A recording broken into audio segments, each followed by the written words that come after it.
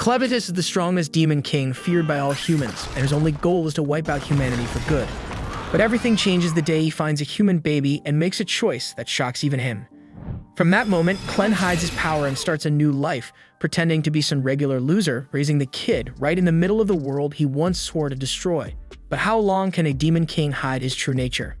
As the story begins, we see a young girl walking with her father out to the farm. When they finish, he calls her to follow him back home. She wanders around the house, spots a map of Enzi, and notices something odd. Right after the edge of the map, there are only dark spaces. Just their continent, then pure darkness, so she can't help but wonder why. Curious as always, she turns to her dad and asks what's beyond their city, a question even he can't answer. He sees the curiosity in her eyes and wants to give her an answer, but he can't because the truth is that he doesn't know either. So he tells her that every human, just like her, is born wanting to know more. But every time someone tries to enter that darkness, it ends in disaster. He explains that in those dark lands there are 4 demons. Each one guards the west, east, north, and south of Ethia. Every team that's gone out to see what lies beyond has been wiped out, completely destroyed. She's shocked to hear this and wonders if it's really that dangerous, but still, it doesn't change how she feels. Her father tells her that until the demons are gone, no one can discover what's out there. Every problem should have a solution, but this one seems impossible. Then he explains that only heroes with special treasures have a chance. Only those with these legendary weapons can face the demons, and until the true hero appears, nobody can win. Instead of scaring her, this just makes her more excited. She dreams of being a hero, of fighting back. If she can get the Sword of Haydn, she'll be able to join the fight. When the heroes win, they'll finally see the world beyond the map and uncover what's hiding in those dark places. Years go by and Alicia grows up. She's no longer a child. She's now one of the chosen heroes. She opens her eyes in the truck that's carrying her to the edge of the city. She grips the chain around her neck and tells her father the time has come and she's ready to fight for her city. And she's not alone. Other heroes are heading out with her. As the journey continues, the group starts to talk and slowly introduce themselves along the way. There are a few notable figures among them, like Minarch, who carries the Golden Utopia treasure and simply says he doesn't know where he's from. They all look over at Alicia and ask her to introduce herself, clearly surprised to see a woman among their ranks, but Alicia doesn't bother to respond or say a word about herself. The carriage keeps rolling until they reach the edge of the territory where Stefan, known for wielding the Pegasus treasure, warns the group that they're getting close. Some of the others quietly whisper among themselves that Stefan is actually the strongest one in the whole group, which is why he acts like he is the leader. Suddenly, the carriage comes to a stop, and the driver tells them it can't go any farther. Everyone prepares to get down, but before they've even set foot on the ground, a sudden attack by demons catches them off guard, and in the chaos, several drivers are killed right away. Stefan yells for everyone to get out and fight back. They all rush out, and Stefan immediately divides the squad into smaller groups. The archers and lancers quickly jump into action, while Stefan tells the rest that he's going to team up with Alicia to take on the remaining enemies. Alicia, carrying the rock swallow treasure, joins Stefan in the battle. She's powerful and charismatic, but what stands out most is how sharp and aware she is of everything happening around her, never missing a detail. Then we see that standing on a mount in front of them is one of the demon lords, who begins speaking about the world being born from chaos. He admits that if the world itself is born of chaos, then he must be as well, and maybe he's right. The fighting gets even more intense as all the heroes leap and push their way through hills and over rocky ground, making their way up to the top of the mountain. Stefan, excited and ready for the challenge, is determined to live up to his reputation as the most intelligent one among them. He tells the group that today is the day they'll be recognized as true heroes, and they have to prove to everyone who chose them that they really are strong enough.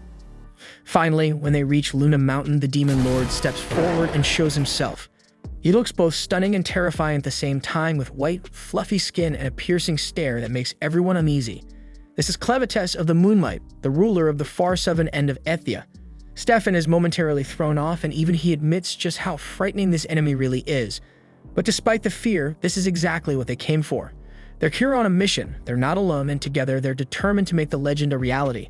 But just as Stefan braces himself to attack, Clevitus suddenly launches a strike from a distance, hurling Stefan into the side of the mountain and killing him instantly. And unfortunately, that was the end of Stefan. Everyone stands there frozen and shocked as hell because Clevitus didn't even move an inch and Stefan's already dead. One of the other heroes tries to step up and take charge, shouting at everyone to get it together and fight back, but Alicia isn't rushing in like the rest. She's scanning the mountain, looking for anything that might give them an edge. As the heroes get closer to Clevitus, he cuts them down one after another without taking a single step. Alicia quickly figures out what's happening.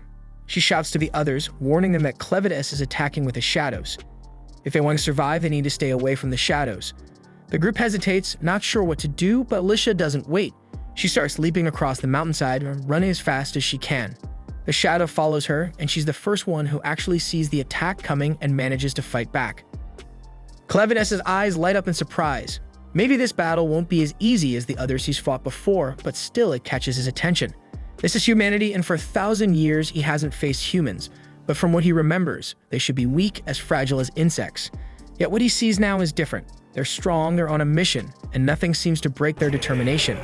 He can't quite figure out what's driving them, but he wants to understand where their strength comes from. The heroes fight with everything they have, but Clevitus defeats them all. In the end, Alicia is the last to fall. As she's sent flying into the air, she closes her eyes, accepting her fate. She apologizes to her father for not making her dream come true, but not every dream is meant to happen, and hers is one of those that just wasn't meant to be. Meanwhile, in capital Hitterat, the people of the Haydn Kingdom go about their daily lives, unaware of the danger approaching. That's when Clevitus erupts from the mountain outside the city. Panic spreads as he appears. Everyone in the city is terrified, but Clevitus isn't interested in hurting them. He's only curious about what drives these people. He remembers that the ones who attacked him called themselves heroes sent by the king of Haydn, and now he plans to fight his way to the palace to reach the king. The villagers panic and run for safety, while the knights rush into action, bringing out their archers to launch an attack. But Clevitus doesn't attack them in return. Instead, he soars above the rooftops, heading straight for the palace, determined to discover what lies at the heart of their resolve. The knights strengthen the security of the palace gates and fire a volley of arrows at Clevitus, but none of their shots come close to hitting him. He watches their attacks, unfazed, and quickly realizes they're not as strong as he expected. They're still weak and nothing they do can harm him. With a single swing of his arm, he smashes the palace wall to the ground. The knights quickly realize the situation is out of their control, so one of them rushes off to warn the king that the Demon King has attacked. The king doesn't seem surprised. For the Demon King to reach the city, there can only be one reason: the heroes have failed. He rises from his throne and moves toward the only thing he has left to protect, the legendary blade of Haydn, Mana Hitterit. The knight insists that a demon has invaded the city and can't be stopped, urging the king to hide. But if the demon truly is unstoppable, the king reasons there's no point in running because no matter where he goes, the demon will find him. The knights keep fighting, launching fire and arrows at Clevitus, but he knows none of it will make a difference. Still, he remembers how Alicia's sword managed to wound him, even if just a little. It proves that if humans are left unchecked, they can eventually grow stronger and become a threat. He never approached human territory, but now they're after his land, and for him, that's reason enough to fight back. The king approaches the door to defend the sacred blade, but as he opens it, Clevitus appears right in front of him. With one look at the crown and the clothes, Clevitus instantly knows he's facing the king. He calls it out, speaking clear human language, and that throws the king off because a demon shouldn't be able to talk like them. The king is shocked, asking how a damn beast like him can even speak their tongue. Clevitus just tells him to watch his filthy mouth because he's the only one with the power to save humanity. He has a few questions, and the king's answers will decide if all of humanity survives or gets wiped out. By all humanity, Clevitus doesn't just mean Haydn's people, but also those of Duns, Orgates, Sladins, and Benti. His questions are direct. Who are humans? What defines their character? What is their true motivation? And why do they want to attack the Demon Kingdom? The king refuses to give any answers to a demon and only says that a beast could never understand. Clevitus doesn't bother asking again, and he simply takes off the king's head. Clevitus turns away, convinced now that humans are a threat and must be wiped out. He decides that, to destroy all of humanity, he'll need a team by his side, and he's willing to take his time building it. As he walks off, the sound of a crying baby catches his attention. Lying nearby is a mother, barely alive, holding her child with the last of her strength. Clevitus comes closer, uninterested at first when he sees it's just a human baby. But then the mother speaks. She begs him and pleads for him to save her child. He's taken aback and wonders if she even knows who the hell she's asking because she's begging the very source of her people's suffering. He tells her straight out that he's here to destroy humanity, and if she needs to blame someone for the baby's death, she should blame the child for being born human. But the dying woman refuses to back down and insists that no child ever gets to choose what they're born as. He doesn't care, but still he tells her if she wants him to spare the baby, she should give him a reason. The woman, running out of strength, says she can't prove the child's worth now, but she's certain the child will prove it when grows up, and with that, she dies. Clevitus picks up the child, and he isn't convinced, but since she was so sure, he decides he'll wait and see if this human is any different. After all, it won't take him long to watch a child grow. Elsewhere in this massive kingdom, we learn that there are 5 human races living in the world. First are the Duns, the most numerous. Next come the Orgites, known for their bravery and the horns on their heads. Then there are the Sladens, who are mostly introverted and don't interact much with others. After that are the Benti, who look a lot like demonic bandits but have incredible strength. Finally, there are the Hydanines, the oldest and the most mysterious and wisest of all. They have a unique ability to craft weapons from arcanocite, but only the royal family knows the secret technique. Because wisdom is what the Hydanines value most, they've spent years selling their weapons to the Duns. These deals have led to all kinds of adventures and partnerships between the two races, resulting in plenty of mixed bloodlines. Still, pure Hydanines are extremely rare. And outside the massive kingdom where all these races live, wild dark beasts roam the land. Then we see back in the Luna Mountains, the massive 9-tailed beast Clevides fends off a pack of smaller monsters that are about to gobble the baby. Terrified and helpless, the baby bursts into tears, and Clevides is honestly concerned the child won't last long at this rate. He wraps his tails around the baby, trying to figure out how to get this loudmouth to calm down. For a moment, he places the tip of his claw on the baby's head, and just like that, the baby falls asleep. Watching over the child, Clevides thinks to himself that it's only a matter of time before the kid drops a poop bomb. Sure enough, not long after, the baby wakes up, starts wailing, and as expected, makes a mess. Annoyed, Clevides scoots up the child and heads out to solve the problem. And the best he can come up with is tossing the kid in a damn pit. But it's not as bad as it sounds, because it's just a pit full of bugs, harmless ones that actually eat poop. And while the bugs dig into the delicious meal, Clevides blurts out his ridiculous idea that humans supposedly reach adulthood in just a matter of nights. He thinks back to where he found the baby and realizes he doesn't even know who this kid really is, and he blames his own soft heart for turning back to pick up the child in the first place. But it's too late for regrets.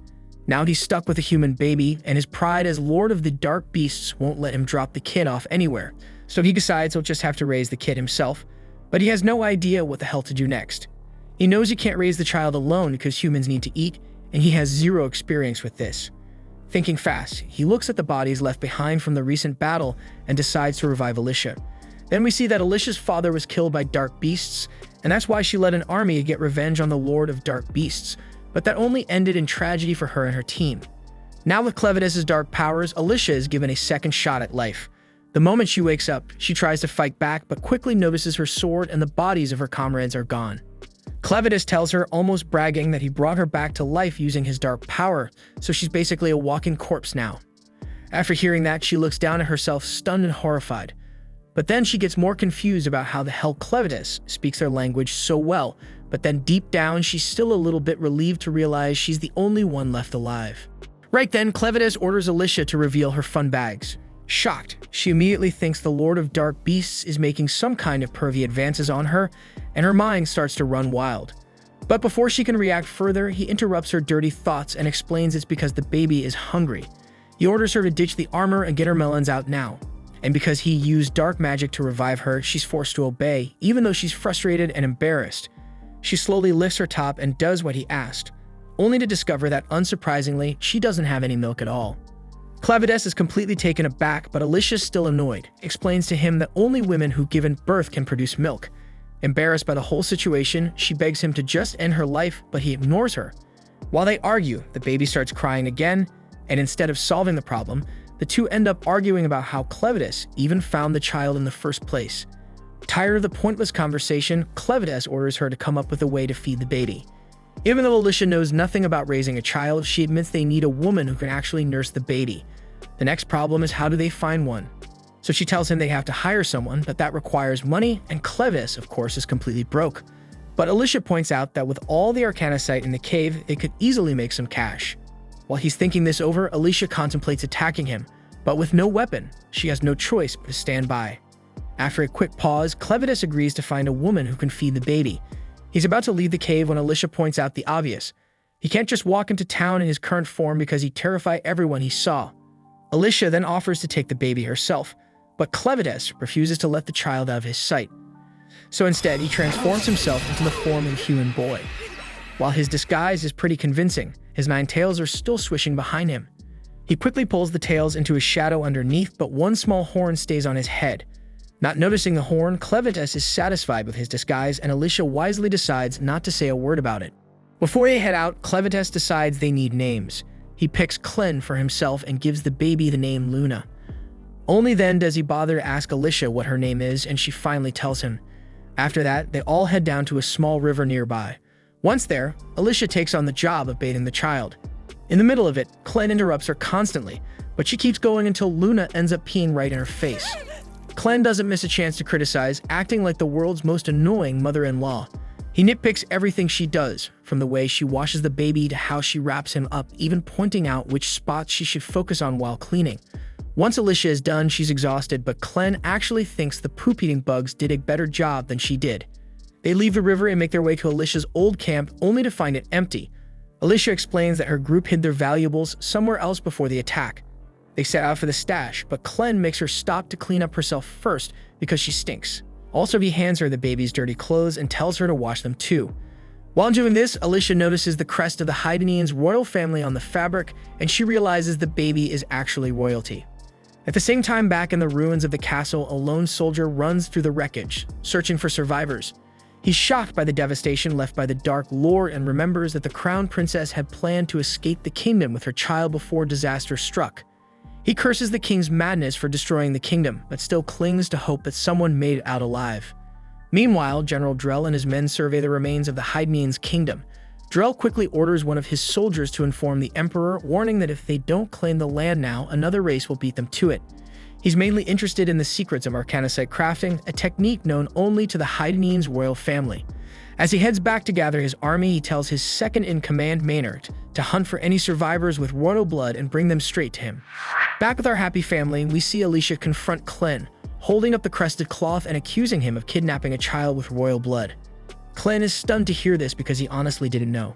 He tells Alicia that someone who looked exactly like the human form he's now using was the one who handed him the child. Alicia doesn't buy his story for a second, but Clen cuts her off and admits he killed the king because the king attacked him first. He warns her that now plenty of people will be searching for the child, hoping to get the secret of arcanicite crafting. Now that he knows the child is royal, Clen is determined to raise him as a king, planning to control things from behind the scenes. Alicia feels a chill because she's scared by the idea that Clen thinks of Luna as his servant. She suddenly wonders if, by revealing Luna's true identity, she's only made things worse. Clen then interrupts her thoughts, reminding her that they still need to find a woman with milk to feed the baby. As they head out, Alicia tries to reassure herself that humans would never accept Clen, especially the horns sticking out of his head. But then she remembers that the Orgites have similar horns, which could make it easy for Clen to blend in. Still, Alicia is convinced the humans will eventually figure him out and stop whatever he's planning. At the same time, she realizes just how obsessed Clen is with Luna, and the thought of Luna being harmed or lost terrifies her.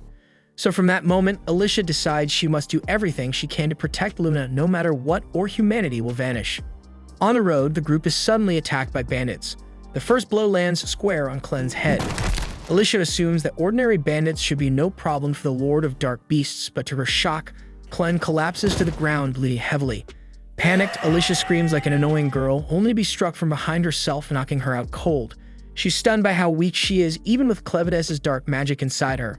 Sometime later, Alicia wakes up, momentarily disoriented, as if she's surrounded by her own soldiers on a mission to attack Clevites. But before she can get comfortable in her daydream, Clen snaps at her to wake up. Reality sets in. They've both been captured by the bandits, and Clen is grinning about it. They notice that they are all stuffed into the bandits' shitty carriage, packed tighter than a can of sardines with a bunch of other poor bastards who've also been captured. And somehow, Clen is just chilling with little Luna sleeping peacefully in his arms, a stupid-ass grin plastered on his face that makes Alicia's anxiety skyrocket. She glances at Luna sleeping quietly and asks Clen how in the hell he managed to calm the kid down. Clen replies that Luna was indeed crying earlier, but thanks to the gentle rocking of the carriage, she's quiet now. Alicia pushes her way past the other miserable captives until she's close enough to whisper sharply at Clen, demanding to know why he, the badass legendary demon king, let himself get caught so easily. She figures his sudden makeover must have weakened him so much that some random asshole knocked him out with a single hit. Clen chuckles, admitting that she's almost right. Apparently, when he transformed into this scrawny-ass human disguised, it accidentally made his body as fragile as a damn toothpick. He didn't see that coming, so when someone cheap shot at him from behind, he went lights out immediately. Basically, his natural defense system is now about as effective as a wet napkin, but luckily, he can still power up his defenses if he really needs to. So Alicia wonders why Clen hasn't busted their asses out yet. Clan calmly explains that since he's now undercover as a human, he intends to keep his true badass Demon King powers under wraps until Luna is old enough to inherit the throne. Besides, he actually wants to let things play out so he can learn more about humans, especially why these innocent schmucks got kidnapped in the first place. Alicia stares at him like he's an idiot before bluntly explaining to his clueless brain that they've obviously been captured by bandits, who probably plan to sell their unlucky asses off to slave traders. Anyway, she quickly begs Clen not to judge all humans based on these thieving scumbags, because bandits are literally the bottom of humanity's barrel. Not long after, the carriage pulls up at the bandits' rundown base, and they're immediately split into two groups, men on one side, women and kids on the other. One of the captives suddenly makes a run for it, clearly sick of this bullshit. So Dagarn, one of the bandit leaders, watches the idiot sprint away, smirking smugly, knowing the guy just signed his own death warrant. Sure enough, another bandit casually hurls a dagger at the fleeing guy, impaling him straight through the back and dropping him faster than a sack of potatoes. With that moron permanently out of commission, Dagarn calmly warns the remaining fresh meat not to try anything similarly stupid, unless they want a blade decorating their spine too. Then his attention shifts straight to Alicia. He orders her to follow him, and before she can even protest, he roughly drags her off toward his room, intent on getting to the bottom of her melon. Clen then stands uncertainly until a woman named Karma, who appears to be in charge of handling the women and children section of this lovely human trafficking operation, notices him spacing out. Spotting Luna in his arms, Karma calls over her servant Neru, whose messed up job is basically daycare for kidnapped infants. Then we learn that the bandits' hideout is located in an abandoned quarry, and deep at the bottom of this sketchy-ass pit lies a mysterious pool of water, and at the very bottom of that pool sits a legendary red blade. Of course, it's guarded by something nasty as hell, probably a monster strong enough to rip anyone's face off. Anyway, turns out Dagarn isn't exactly the creep I thought he was, because he just drags Alicia straight to Vroko, the asshole currently playing leader of the Crows in place of their real boss, Zozak. Apparently, Vroko staged a little coup, stealing the top dog position, and nobody's dumb enough to complain since his pet beast Betty is a literal murder machine capable of turning anyone into ground beef. Alicia recognizes Betty immediately as a vicious Western demon and is stunned that a dumbass like Vroko actually managed to tame it. Vroko casually chats with Betty, who complains that she's bored and wants to play with a human guy. With a twisted grin, Vroko tells her to help herself to either one of the unlucky bandit morons who brought Alicia over. But before Betty picks her unlucky chew toy, Vroko finally reveals why he summoned Alicia. Obviously, his goons snatched the magic crystals Alicia grabbed from Clen's crib, and Vroko knows exactly that they're from Mount Moon, the lair of Big Bad Clevites.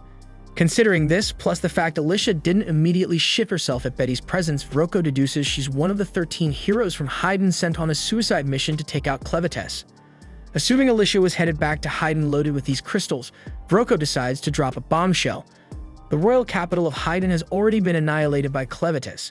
But this little apocalypse isn't exactly bad news for Vroko's crooked business. He proudly flashes a reddish sword, claiming it's a mana hiterite blade, which only Haydn royalty know how to craft. Of course, Vroko's sword is faker than a $3 bill, and the Crows have been scamming people left and right with these knockoffs.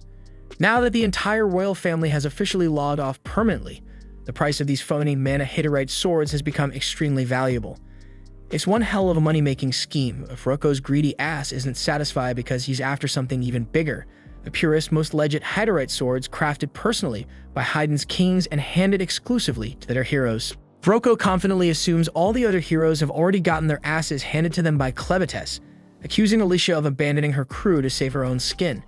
He demands Alicia spill where the hell her own weapon is, plus the weapons from her 12 despawned teammates.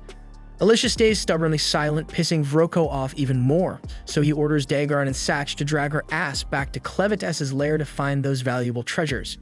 Dagarn, showing a rare spark of brains, suggests maybe it'd be smarter to have Alicia chase after another treasure they've been eyeing. But Vroko sticks to his guns, insisting on the original plan. Before sending them off, Vroko tells Dagarn and Satch they're free to warm up with Alicia however they like, making sure she won't cause trouble during the journey. At the same time, Clen's found himself working as a waiter at the shitty little inn run by Karma. Watching the bandits trying to flirt with Karma makes Clen silently gag, genuinely wondering how these sleazy bastards manage to exist without spontaneously combusting from their own shittiness. On the other hand, Neru is busy feeding Luna her legendary milk while also doubling as a waitress, and sadly the customers constantly abuse the hell out of her. Clen patiently serves meat to these low-life thugs, impressing the idiots with his strangely obedient demeanor. Karma, however, feels uneasy around Clen. Everyone here just assumes he's some kind of ogre because of his horns, but his pale-ass skin and ice-cold killer stare don't quite fit that profile. Suddenly, two particularly disgusting bandits decide to harass Neru, dragging her off somewhere private for their twisted entertainment. They spend all night torturing her, leaving her bruised and battered. But Neru stays quiet, silently enduring the abuse, and once those scumbags are finally done, she limps quietly back into the inn to feed Luna again like nothing happened. A few moments later, the same two bastards who brutalized Neru suddenly start feeling dizzy and weak as hell. Before they even realize what's happening, they straight up vanish from existence. Turns out Clan was behind their abrupt departure, quietly serving up some ice-cold justice for Neru. When Neru returns to Luna, she finds the kid safely in Clan's arms, totally clueless about what he just did to her tormentors. Her only concern is feeding Luna again, so she takes the baby and carries her gently to a nearby shed to nurse her in peace. Clan quietly follows her inside and sits down beside her, asking Neru to tell him about herself. He's curious if she's actually part of these crow assholes and what exactly their deal is. Neru hesitates for a second, unsure of how to explain, but Clan softly encourages her to continue talking, insisting he's genuinely interested in hearing her story and nothing more. Neru quietly begins to spill her tragic backstory, revealing that she spent her whole miserable life stuck in this shithole, with no identity beyond being a member of the Crow's gang. She never knew her father and only vaguely remembers her mother. As a kid, all she ever saw was her mom's back, and she learned early that her mother was basically just a serf, having caught glimpses of cruel people treating her badly. When she was 12, her mom suddenly disappeared without a trace. Neru never found out whether her mom died or just bolted to escape this hell, but she quickly learned what her mother had shielded her from. The same night her mother vanished, some of the crows stormed into her room while she ate and harmed her severely. From then on, life turned into a relentless nightmare. The vicious men slapped her daily, treating her worse than livestock until Karma eventually stepped in. Karma took pity on Neru, bluntly explaining that if she learned to make them happy, they might actually leave her alone for a bit. That night, Neru decided to follow Karma's terrible advice and started learning how to do what she had to survive. Although she knew she could never match Karma's level, her life marginally improved. At least now she had work and could feed infants like Luna thanks to her unusually abundant milk supply. So in some twisted way, she felt satisfied. Clan suddenly interrupts, confused as hell, asking bluntly how the hell she has milk without any children. Neru quietly admits that she had once been pregnant, but it ended in a tragic stillbirth. The baby moving inside her was the only thing keeping her sane. But when the midwives told her the child was dead, she sank into a frozen despair. Honestly, she was completely fine with passing away, figuring she might at least reunite with her lost child on the other side. But just as she was ready to let go, she suddenly felt warmth again. Her eyes snapped open to see a random 6-month-old baby desperately sucking at her melon, trying to survive. Seeing that little stranger fight so damn hard to live gave her a fresh purpose. She picked up the baby, fed him, and found new meaning in her miserable existence. Since then, she's fed countless other children who ended up at the crow's base, each one reminding her that her life had value. She confesses she even tried twice more to have kids of her own, but both times ended in heartbreak. By now, Clean's had enough of this sob story, bluntly telling her to shut up already, and out of nowhere, he asks Neru if she wants to follow him as Luna's personal wet nurse. He insists he's not trying to take her or anything weird, but he also can't think of a damn reason not to bring her along. Plus, Luna clearly likes her, so it'd definitely save him from dealing with Luna's crying tantrums all day, making it a total win for him. Luna gently taps Neru as if urging her to come with them, and Clen bluntly repeats his offer. He asks if she'd prefer becoming Luna's personal wet nurse, or if she'd rather stay here getting used and harmed by these filthy bandits. Neru hesitates. She knows damn well it's a once-in-a-lifetime opportunity, but as far as she knows, Clen is just another slave, and hitching her hopes to him feels short-sighted as hell. She quietly admits she wishes things were different, but tells Clen she can't go with him. She gently explains that as long as he's a slave too, she can't trust he'll be able to protect her. Plus, there are plenty of other helpless kids here who depend on her for survival. Reluctantly, she hands Luna back to Clen, gives them one last sad look, and quietly walks away. Meanwhile, the bandit assholes drag Alicia over to a sketchy-ass bridge and force her to walk out onto it. Halfway across, she pauses and stares down, making the bandits laugh their asses off. They mockingly warn her that jumping from this height would be a quick ticket straight to hell. But Alicia's actually staring at something else entirely, gleaming gems resting at the bottom of the river below. She instantly recognizes the place and mutters in disbelief before the bandits gleefully confirm this is the exact spot where the legendary hero Cordwar bit the dust. Right then, one brave, desperate captive steps forward, claiming he'll dive down and retrieve whatever the bandits want if they'll just let him and his wife go. His wife frantically urges him on, reminding these scumbags they promised to release them. But as soon as the poor guy plunges into the water, monstrous creatures emerge and immediately tear him to shreds, leaving the wife screaming like hell. Alicia grits her teeth, knowing full well these lying bastards never planned on releasing the guy. She realizes with dread that this place is basically hell on earth, infested with Arvensis, horrific monsters that flooded into their world 300 years ago.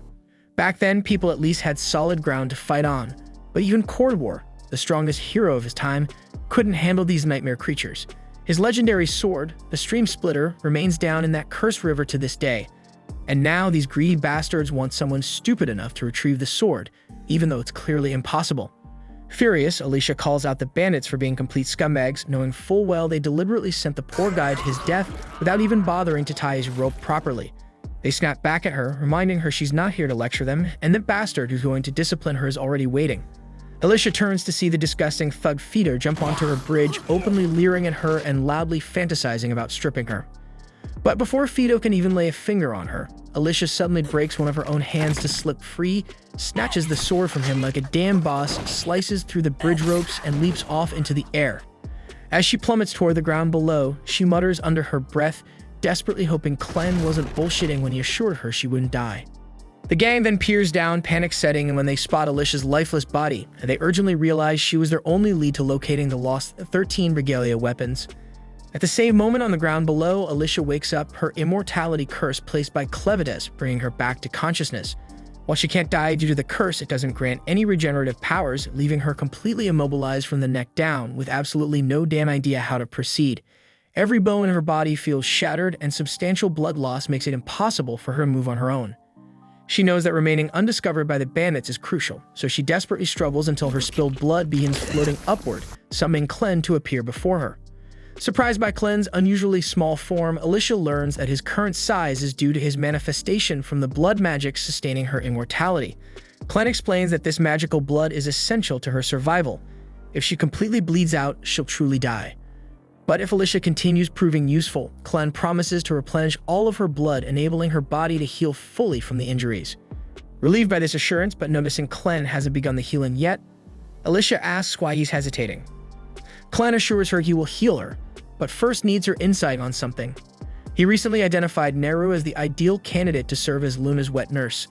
Despite Clen, even with his demonic senses, recognizing the severe mistreatment Neru suffers here, when he offered her a chance and escape to a far better life as Luna's caretaker, she shockingly refused him outright. Clen seeks Alicia's understanding of why Neru rejected such a beneficial proposal. Alicia surmises Neru likely views Clen as powerless, a slave incapable of fulfilling his promises. Bandit groups like theirs never willingly let anyone leave, relentlessly hunting down any escapees. Having grown up in such a harsh environment, Neru probably believes freedom is an impossible dream. Clen asks Alicia if there's any solution to this problem, and Alicia suggests that the simplest option would be eliminating all the bandits in the base. Without anyone left to chase after Neru, she'd be much more inclined to accept Clen's proposal. Alicia points out that with Clen's immense power, wiping out the entire bandit group should be easy, but Clen refuses, concerned about drawing unwanted attention. He can't afford to reveal his absence from the mountain, fearing others might seize the opportunity to attack Clevides' territory. Instead, Clen insists Alicia should handle it, reasoning it wouldn't be unusual for a hero like her to eliminate a group of bandits during her journey. Alicia attempts to argue back, but Clen interrupts and insists she carry out the task, immediately flooding her body with magic-infused blood to restore her strength.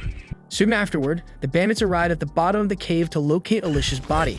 They're horrified to witness her body contorting unnaturally, bones snapping back into position and tissues rapidly mending, subjecting Alicia to unimaginable pain.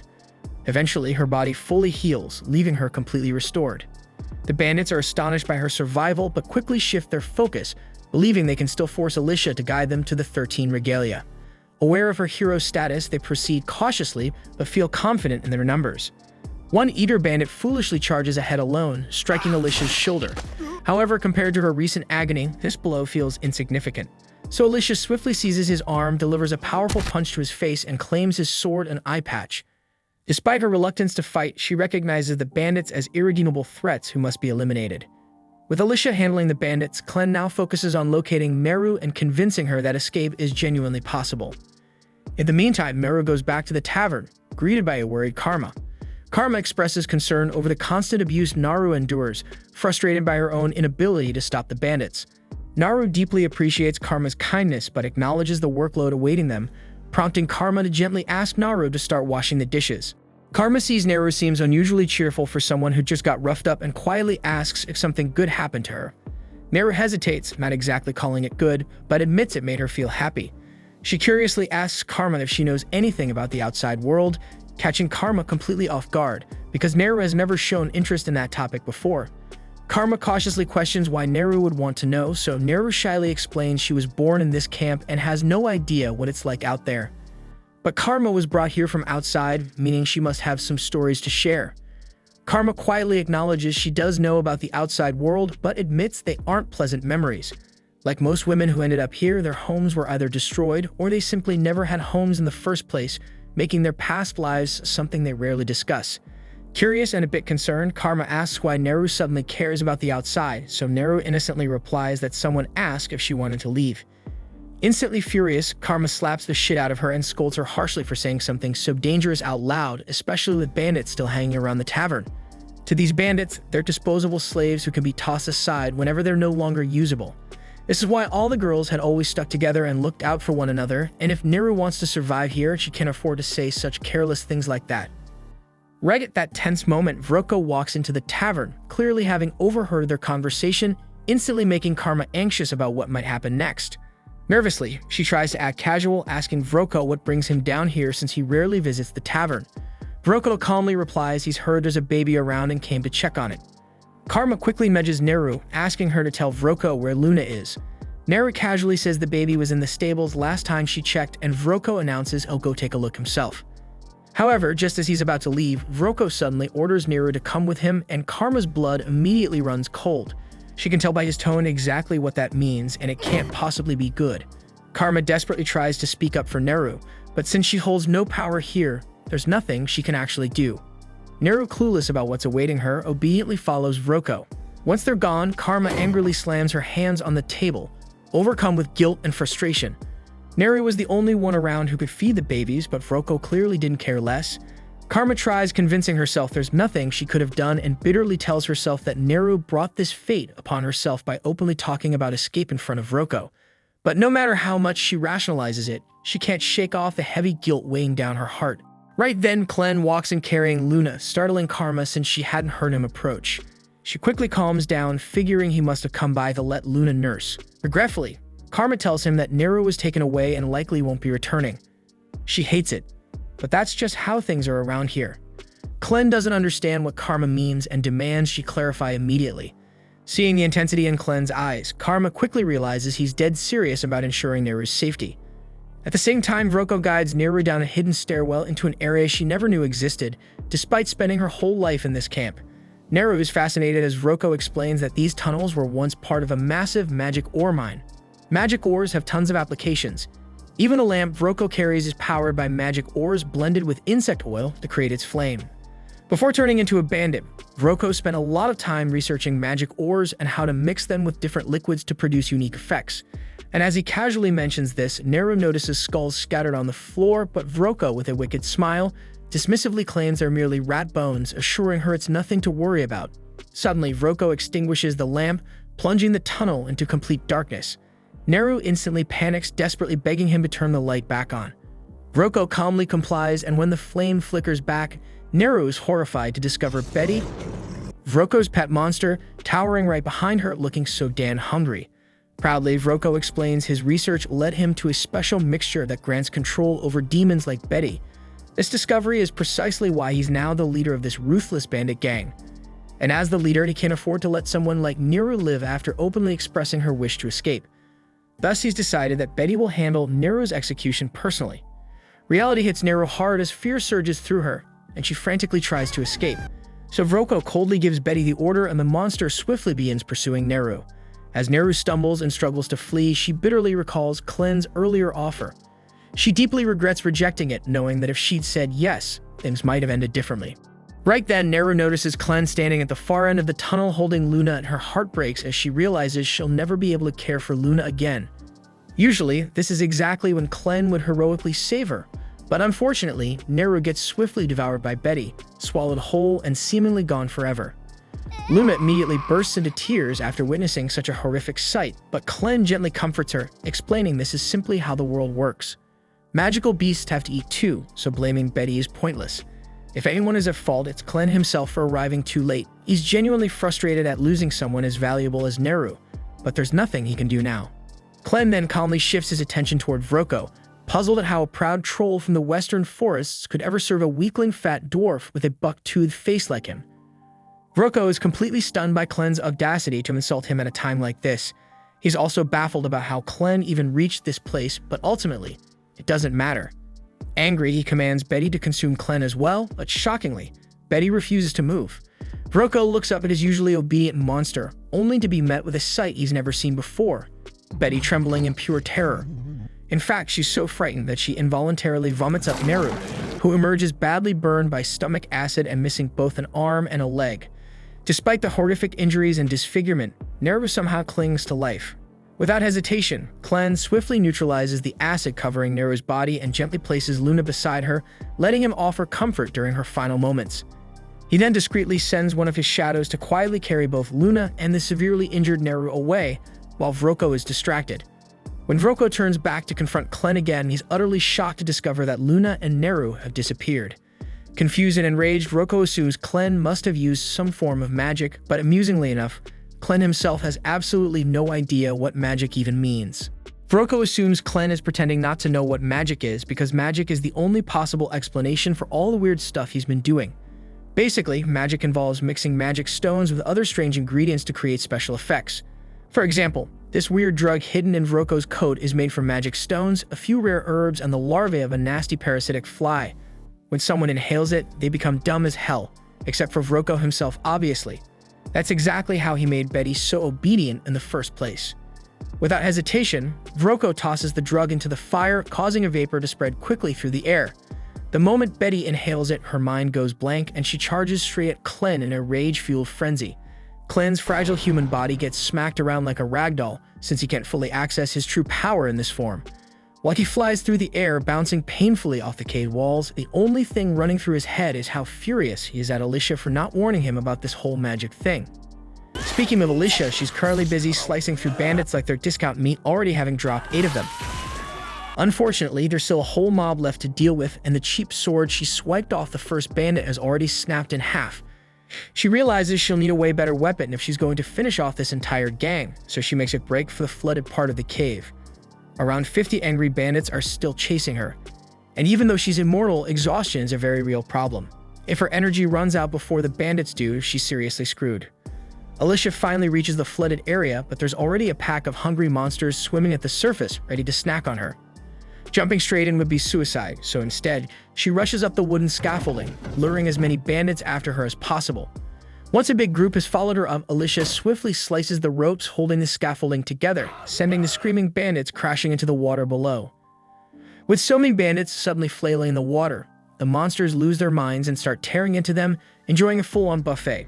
While everyone is busy getting eaten, Alicia hides herself inside a nearby barrel. Since suffocating to death isn't a problem for her, she patiently waits as the barrel sinks into the depths, bringing her safely down to the bottom of the lake, exactly where the legendary sword awaits. But actually managing to hold her breath all the way down proves way harder than Alicia had anticipated, and pretty soon the crushing pressure and agonizing lack of oxygen start kicking her ass exactly like she feared. Her body goes numb under the relentless squeeze of water, even though she knows she's immortal and won't actually drown here. Forcing herself to ignore that overwhelming instinct to bolt back to the surface is pure torture. After what feels like an eternity, she finally smashes against the ground, stumbling out of the barrel in a disoriented daze. Instantly, the crimson glow of the legendary sword catches her eye, shining faintly in the darkness, and she immediately drags herself toward it, despite her muscles screaming from exhaustion. Alicia knows damn well that once she grabs that sword, she'll gain a massive power-up, and hauling herself out of this hellhole will become a piece of cake. But just as she's about to catch it, an enormous blood-red eye opens directly in front of her face, and only then does it dawn on Alicia that she's not actually standing on the lake bed, but right on the goddamn back of a colossal monster, which has just woken up thanks to her clumsy landing. The huge beast starts rising from its sleep, throwing Alicia around like a ragdoll in the violent currents.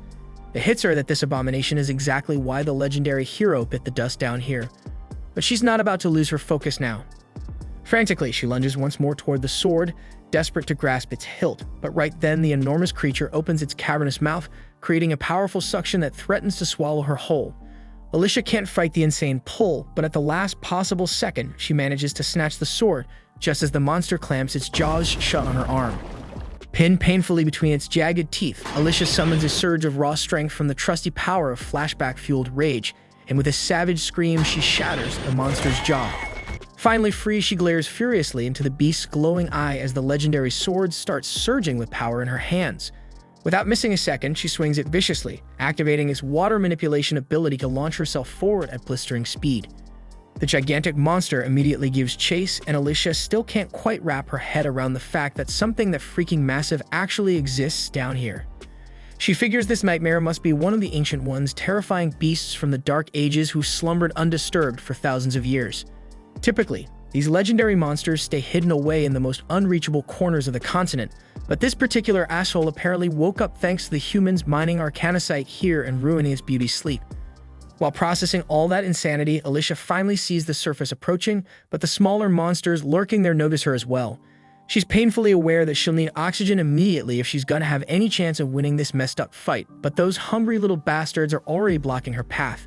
With a swift swing of her sword, Alicia propels herself upward, brutally slicing one of the beasts in half and finally breaches the water surface. The bandits stare in absolute disbelief, completely losing their shit at seeing Alicia alive again.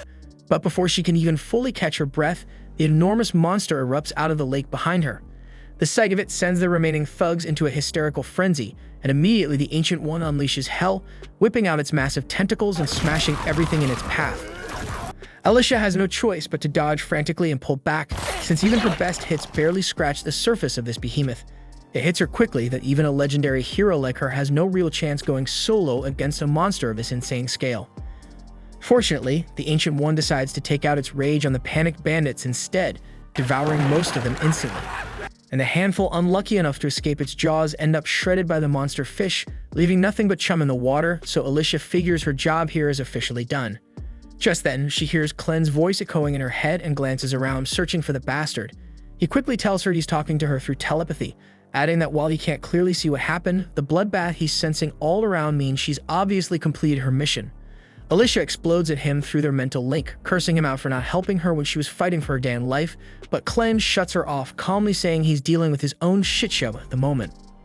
Alicia struggles to imagine anything that could trouble someone like a demon lord, but Clen explains he's facing some weird technique he's never encountered before, and this human form he's wearing sucks way more than he expected. He complains that Alicia conveniently forgot to mention magic's existence to him, promising her that once she returns, he'll punish her accordingly. Still, he's already dealt with the brainwashed troll, and he is now chilling on top of the troll's body. Elsewhere, Vroko is desperately sprinting for his life, internally screaming about how Clem turned out to be some ridiculously powerful mage who one-shotted his troll like it was nothing.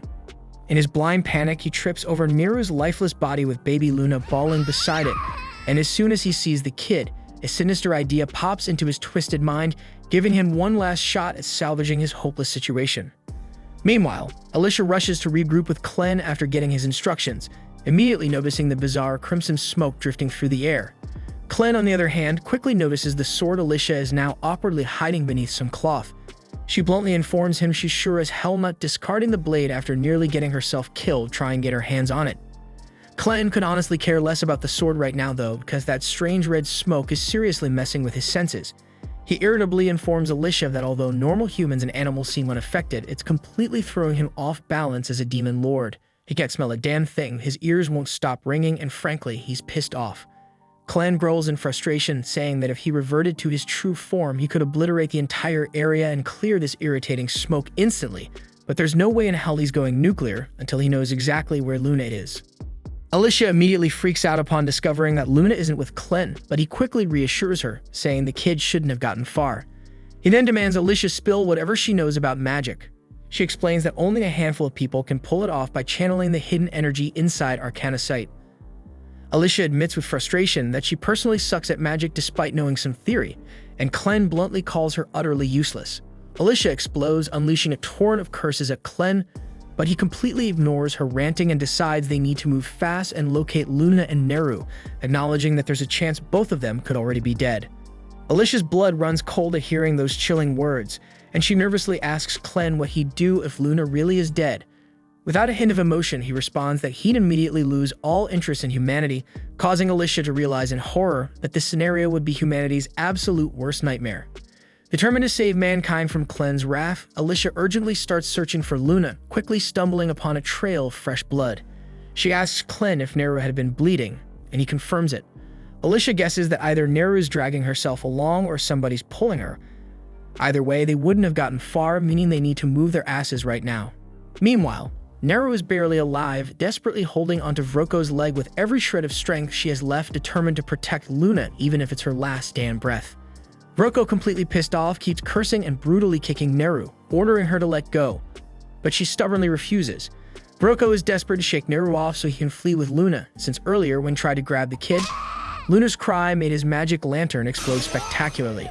This made him realize that Luna clearly possesses insane magical talent, and being a pure-blooded Haiden, he might even belong to the royal family. Frustrated, Vroko raises his blade to cut off Neru's wrist and finally free himself. But just then Alicia bursts onto the scene, furiously ordering him to stop. Vroko merely pisses himself, demanding to know what happened to his men who went after her. Clen coldly answers him, casually mentioning that his men ended up as dark beast snacks. Vroko totally panics now, desperately threatening Alicia and Clen not to get closer or he'll chop off Luna's tiny fingers. Clen, completely unfazed, dares the bastard to go ahead, mocking him that he can just heal any injuries anyway. Alicia quickly interrupts Clen, scolding him that even if he fixes Luna's wounds, he can't heal the mental scars he'll leave behind. She insists Clen shut up and let her handle this negotiation herself, then dramatically reveals she has the legendary hero's magical weapon.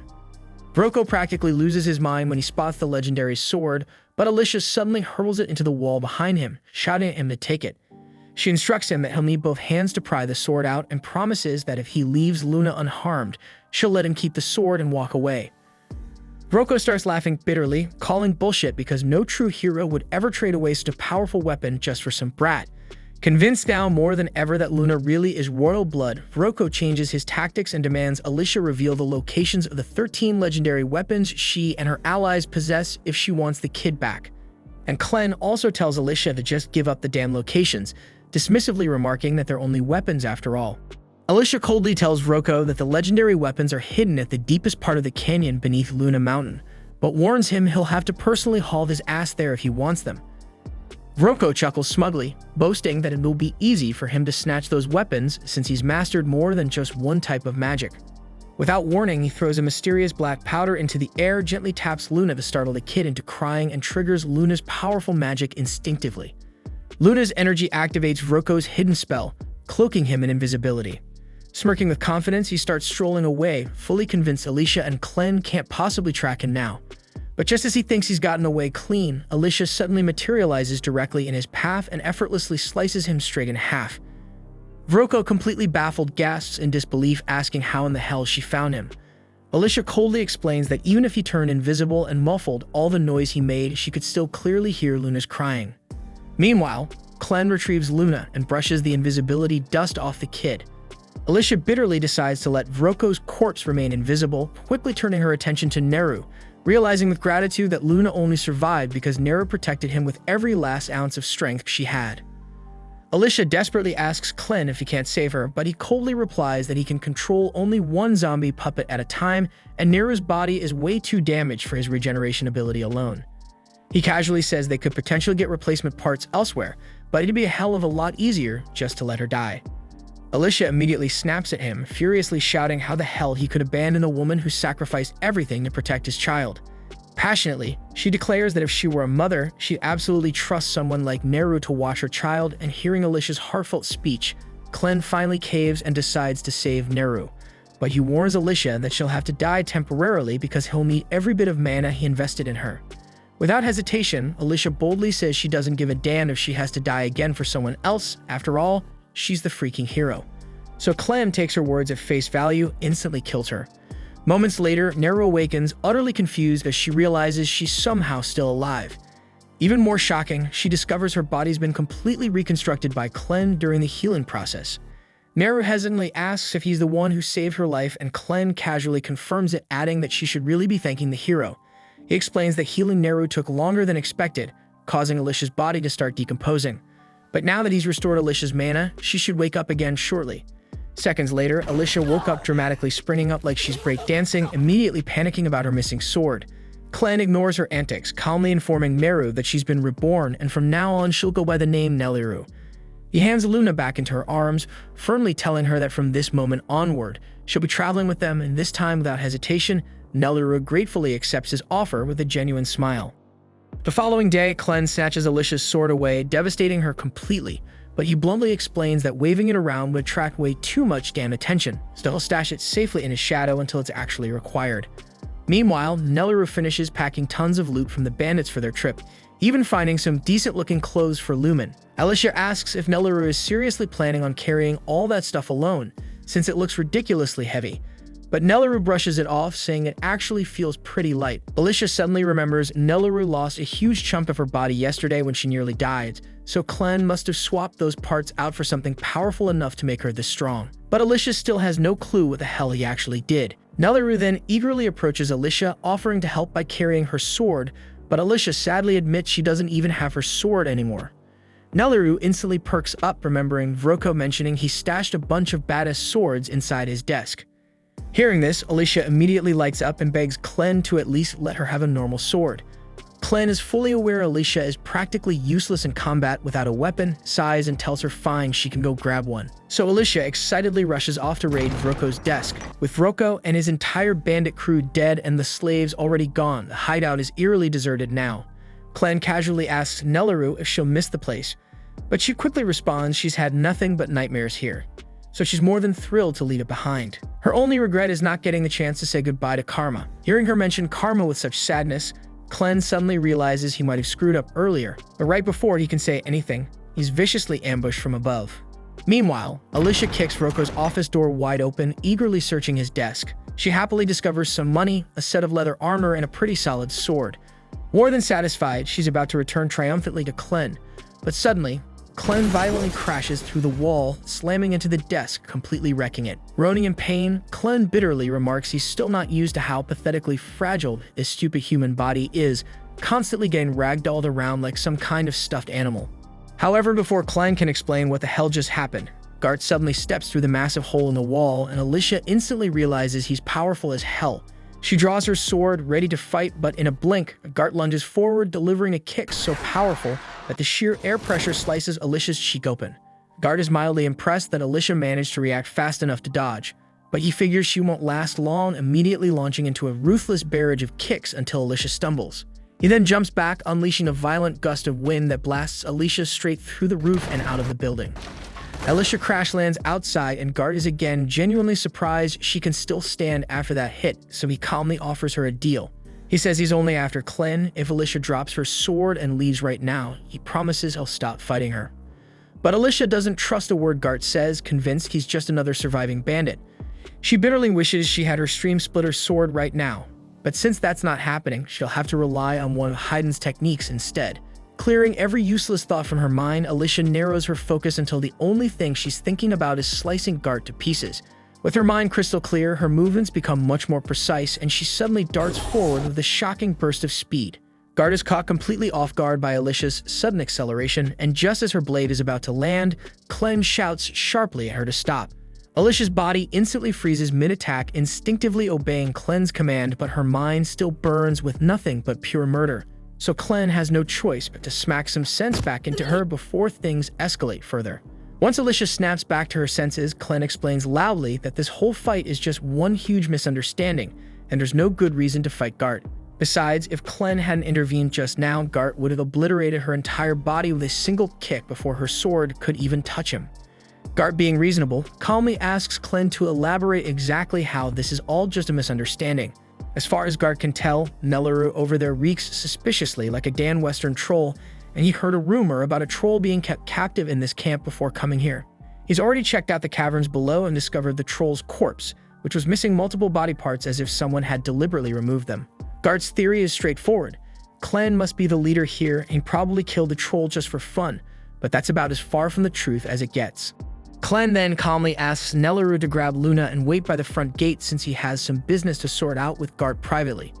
As soon as she's gone, Clen casually turns to Alicia and bluntly reveals that Gart is actually a dark beast in disguise.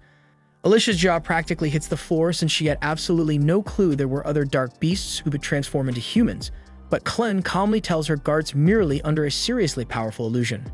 As far as Clen's aware, there's only one being strong enough to pull off illusion magic of this level, and it's Zathir, the dark beast Lord of the West himself.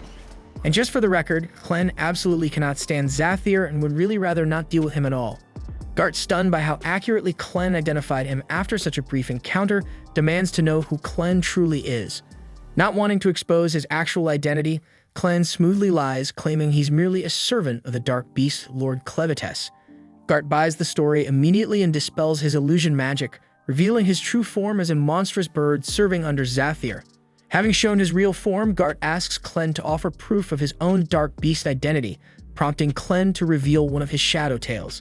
Satisfied by this proof, Gart quickly calls for truce. Meanwhile, Alicia is having a full-blown mental crisis because this is way too much crazy information hitting her at once. First of all, she had zero idea there were other beasts like Clevites who could disguise themselves as humans and speak human languages fluently. If that's true, then what the hell was the point of the heroes going to war against Clevites at all? Noticing Alicia freaking out, Clen sighs, telling her to chill out because there really aren't many dark beasts out there capable of such elaborate disguises. Aside from Zathir, none of them would even bother interacting with humans without a damn good reason. With all that cleared up, Gart bluntly asks why the hell Clen is willingly associating himself with a human lady. Clen smoothly replies that Alicia's just a human he turned into his personal servant, forcing her to obey every command he gives. He's keeping her around solely as a guide while learning about the human world, and the same thing goes for Neluru and Luna, but he makes it clear he's not going to share any more details with Gart. Understanding the situation, Gart decides he won't pry any further, but firmly states that if Clen interferes with his assignment, he'll have no choice but to exterminate him. Clen smirks confidently, telling Gart he's more than welcome to try, but taking him down won't be easy at all. However, since Clen just answered Gart's questions, he decides it's his turn to ask something. Previously, Gart said Zathir was considering wiping out all humanity, but Clen finds that pretty damn weird. From what he remembers, Zathir always loved observing humans, and even the Orgites in the West worshipped him like a freaking deity. So why the sudden desire to annihilate humanity? Gart sighs and agrees to explain. He tells them that 3 days ago he discovered several dark beasts in the West had their children vanish without a trace. Normally something like that wouldn't be too suspicious, but he also found the strange vial near the scene, strongly hinting that humans were somehow involved. Gart immediately informs Zathir about this incident, as well as 9 others just like it. Zathir reluctantly admitted humans must be responsible, expressing shock that they betrayed her trust like this despite all the goodwill she'd shown them. Enraged, Zathir ordered Gart to investigate further, and if he confirmed humans were indeed kidnapping the Dark Beast's children from the forest, she completely wiped them from existence. Clen contemplates this for a moment and suddenly realizes there might actually be a connection between the Dark Beast kidnappings and the bandits. The night before, during his interrogation, Karma revealed that every child born in this camp was sold off to a mysterious group due to their special talent, exactly what Vroko intended to do with Luna. Clen suspects there's got to be some link between the kidnapped Dark Beast children and the humans buying these kids. Given the mention of talent, Clen strongly believes magic is involved somehow. The moment Alicia hears Clen mention magic, her expression darkens instantly, prompting Clen to ask if she knows anything. Alicia reluctantly admits magic isn't exactly her specialty, but kidnapping children for magical talent definitely sounds like something those bastard wizards would do. Wizards have completely changed warfare in human kingdoms over recent years. These days, battles are practically decided entirely by the wizards each side has, because a single wizard can wipe out dozens, sometimes even hundreds of soldiers with a freaking single spell. Sure, wizards can be countered by other wizards, so they're not invincible, but they're undeniably terrifying on the battlefield. The very first person to weaponize wizards in warfare was General Drell, the infamous dragon slayer, who just happens to be the same monster that killed Alicia's father when she was young. So of course Alicia held a bitter grudge against him ever since.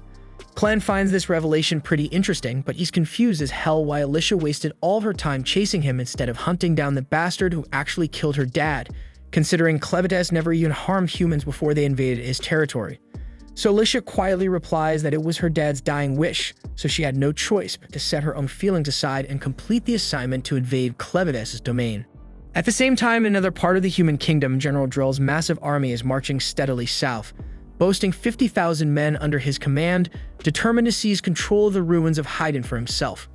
What's left of the battered Haydn army desperately tries to stop him, but they barely scrape together 6,000 troops and hardly any wizards at that, so it's painfully obvious they stand no chance. Mikkel anxiously asks if reinforcements are close, but given the mess they are in, it'll be at least 3 days before any backup arrives, so they're completely on their own. Yet Commander Rhodey refuses to surrender without a fight.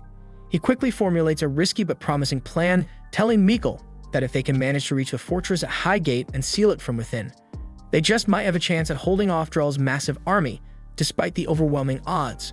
Unfortunately, that strategy relies entirely on cooperation from the soldiers already inside the fortress, and even though Rhodey has urgently sent word explaining their situation, he hasn't heard anything back.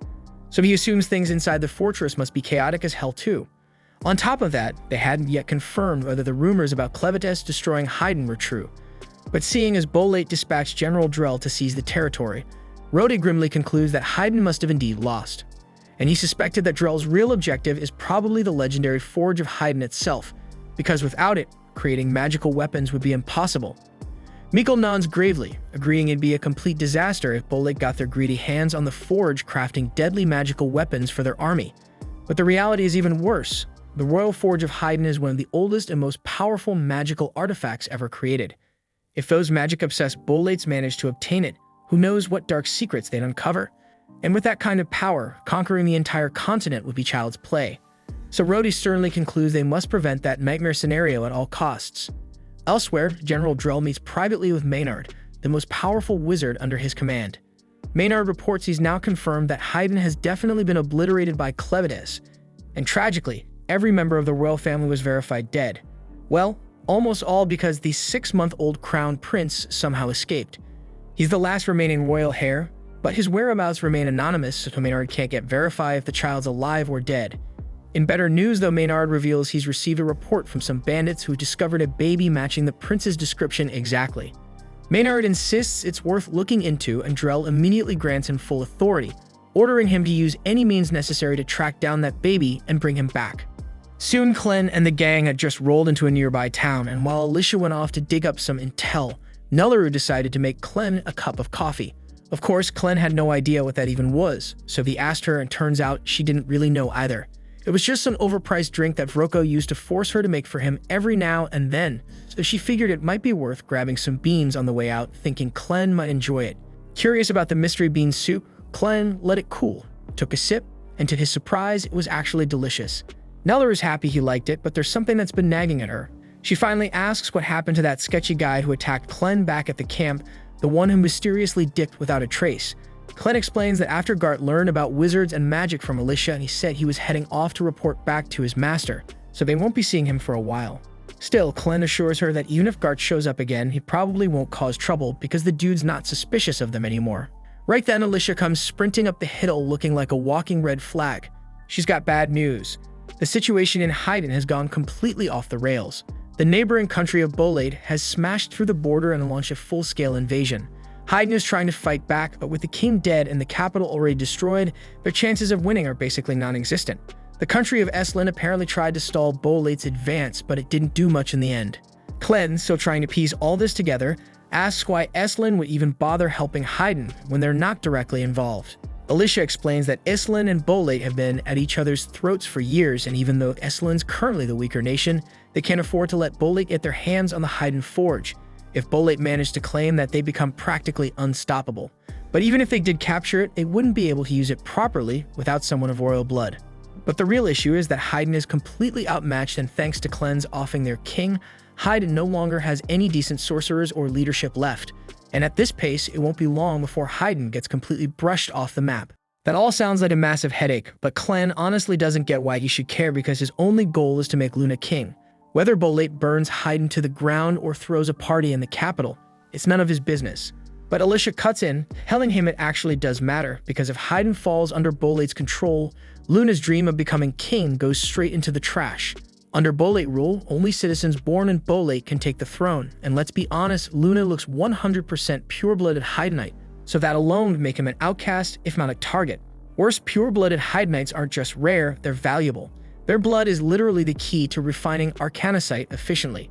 And with a psycho like Drell leading Bolate's army, there's no telling what horrors he'd unleash to get his hands on someone like Luna. Alicia knows this firsthand. Drell was the man who killed her father, and not because they were enemies or anything like that. No, they used to be tight.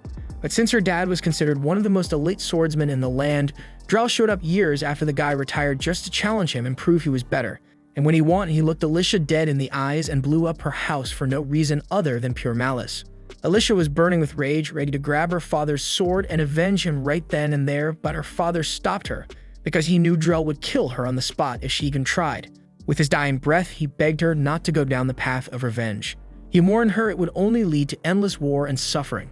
Instead, he asked her to become a hero, someone who saves people, not someone who destroys. He promised he'd always be watching over her, and she never forgot. Now, with Bolate sweeping through Haydn like wildfire, Alicia tells Clem that the only way to ensure Luna's future is to stop them, drive them out, and crush Drell's ambition before it burns everything down. Clem knew she was right. Deep down, he could see the logic in it, but he still hated the irony. Here, he was about to protect the very place he once swore to destroy, and that thought annoyed him more than he expected. Still, Alicia's relieved that he's willing to step in. She says she'll get ready to head out, but Clem stops her. If he's going to take action, he can't risk people thinking he's just doing it because Alicia asked. He needs a solid reason to go head-to-head with Drell. And luckily, Drell's been abducting Dark Beast kids to turn them into war mages for his army. So that alone gives Clem the excuse he needs, and honestly, he's a bit hyped to see what these wizards are really capable of. He knows Alicia's probably dying to get back at Drell for murdering her father, but he reminds her that her dad's final wish was clear. He didn't want her to become a weapon of vengeance. He wanted her to be the kind of hero who saves lives. Alicia hasn't forgotten the vow she made, but after everything that's gone down, calling herself a hero feels like a bad joke. Right now, she's just going through the motions, stuck being a puppet to someone else's will. But even if that's true, Clem throws the question back at her, what does being a hero really mean? Maybe Alicia doesn't feel like one, but Clem's sure Nelleru sees her that way. After all, Alicia's the reason her life turned around. That hits Alicia a bit, and she knows he's right.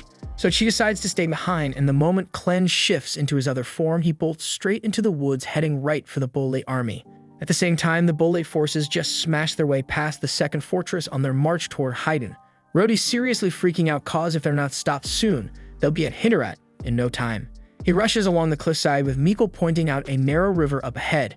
If they're gonna block the army, or at least slow them down, because this spot is their best shot. Back in the city, Alicia brings Nelleru and Luna along as they walk through the streets. Then they suddenly hear someone getting the absolute crap beat out of them nearby. Alicia's first reaction is concern, but once she spots the guy, she relaxes. It's just some unlucky bandit who somehow survived their last fight with her. Not exactly someone worth saving. The townspeople already know all about what the bandits have done. And when they realize this guy's one of them, there's zero chance they're letting him walk free. Nelleru's still a little shaken, mostly cause this guy used to harass her constantly. Alicia tries to comfort her, saying he won't even recognize her now that she's changed a lot. Unfortunately, the guy does recognize Alicia, and the second he sees her, he tries to shift the crowd's attention by yelling that she's the one who unleashed the giant sea monster in the old mineshaft. A few heads turn to see what he's shouting about, but Alicia's already slipped away by then. Even if someone had seen her, it wouldn't change the fact that this dude's a bandit and no one's buying his crap. In the end, all the bandits found in the area end up hanging, and the locals are still feeling pretty uneasy about everything going on lately. First it was Clevites attacking, then came the Bolate invasion, and now some ancient underwater octopus freak. At this point, people are joking that next it'll be mutant hornets or ice-breathing worms. But no matter what madness shows up next, one thing's clear. They've made up their minds to stand strong and protect their town from whatever comes. At the same time, Alicia and Nelleru are trying to find somewhere to stay, but things aren't exactly easy since the whole town's basically on lockdown. But that they find an inn, but right before they step into it, Alicia asks Nelleru not to call her a hero because she's trying to keep a low profile for now. The second Alicia pushes open the door, she's greeted by two bulky guys flanking the entrance, and they don't waste a second accusing her of being one of the bandits. Alicia freezes for a second, not sure how to handle it, but then their mom steps in and tells them to stop messing with the guests. Phil tries to justify it by pointing out that Alicia has an eye patch and a sword, which makes her look sketchy. Still, with how crazy things have been lately, walking around armed isn't exactly unusual. What is weird, though, is someone walking around with a baby from Haydn, so Carrie turns to Alicia and asks what's up with that. Alicia quickly says that she and Nelleru are guards assigned to a high-profile figure, and right now their job is to protect the baby no matter what. That sounds good enough for Carrie. and she can tell there's more to the story, but she's not about to get involved in her guests' personal business. She just asks what they need, and Alicia replies that they're looking for a room for two, preferably something cozy enough for a baby. Carrot lets her know it's 2 silver coins per night, so Alicia pays for 2 nights up front, and Carrie points them to the first room on the left. She then tells her sons to help carry the guests' things, so Pete walks over to Nelleru and offers to carry the bags for her.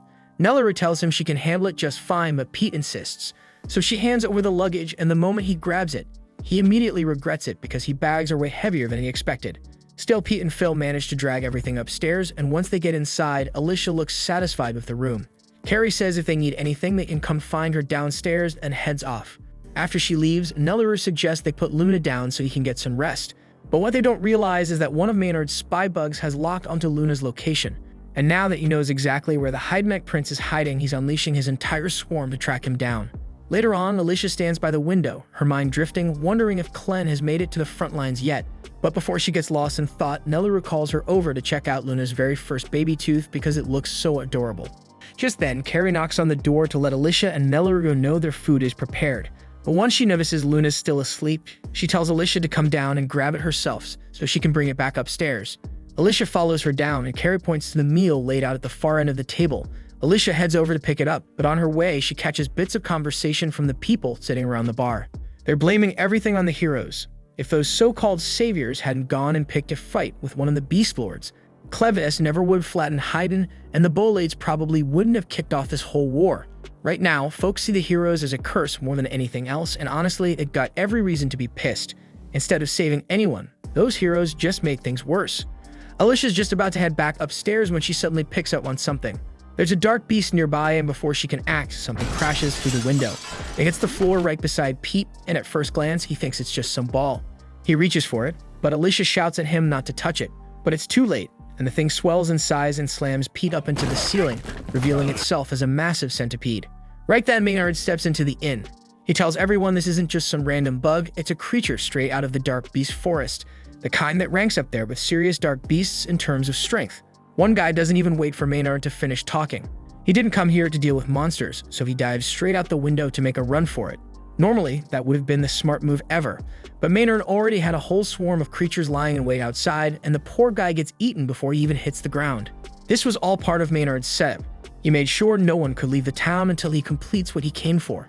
And just to make things crystal clear, he introduces himself as the top mage under General Drell's command. People inside are freaking out because no one expected Drell's forces to make a move on their village, but Maynard clears that up real quick. He's not here to take over anything. His only task is to confirm whether the Hydemech baby in this town has royal blood. Alicia knows this is about to go downhill fast because if Maynard already knows about Luna, she has to get him out of here now. But before she can make a move, she hears Nelleru scream from upstairs. Turns out Maynard's already sent someone up in the room, and it's his subordinate, a telekinetic spellcaster named Nate Chiffonlitz, and she's got Nelleru pinned against the wall using the bed frame like a weapon. Nelleru can't fathom how Nate slipped in through the window when they're on the second floor, so Nate calmly explains she simply ascended using her axe. Her gift lets her pull and push anything made of iron, so she clutched the axe's haft, and with practiced nerve hurled it skyward to hoist herself like this.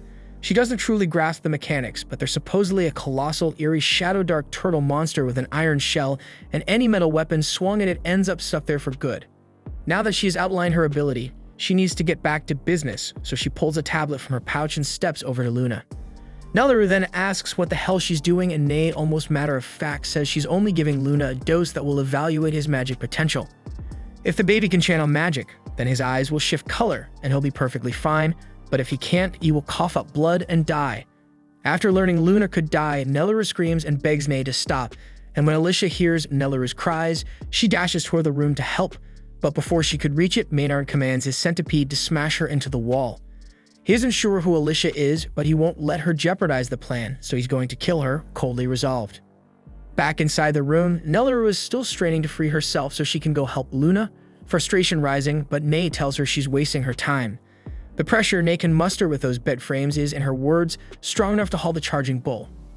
So with 2 frames, Nelleru would have to be stronger than 2 full-grown bulls to break free, and there's no way her small arms could manage that, or so Nate thinks. But to Nate's shock, Nelleru's little arms are somehow actually shifting the bed frames, and with one sharp, desperate shove, Nelleru knocks Nate unconscious. Maynard hears a heavy crash coming from the room, and he wonders uneasily what might have happened. But when he tries to order the centipede to investigate, he realizes to his surprise something is pinning it down. Alicia survived the centipede's strike and held its antenna tightly, which left the centipede completely disoriented.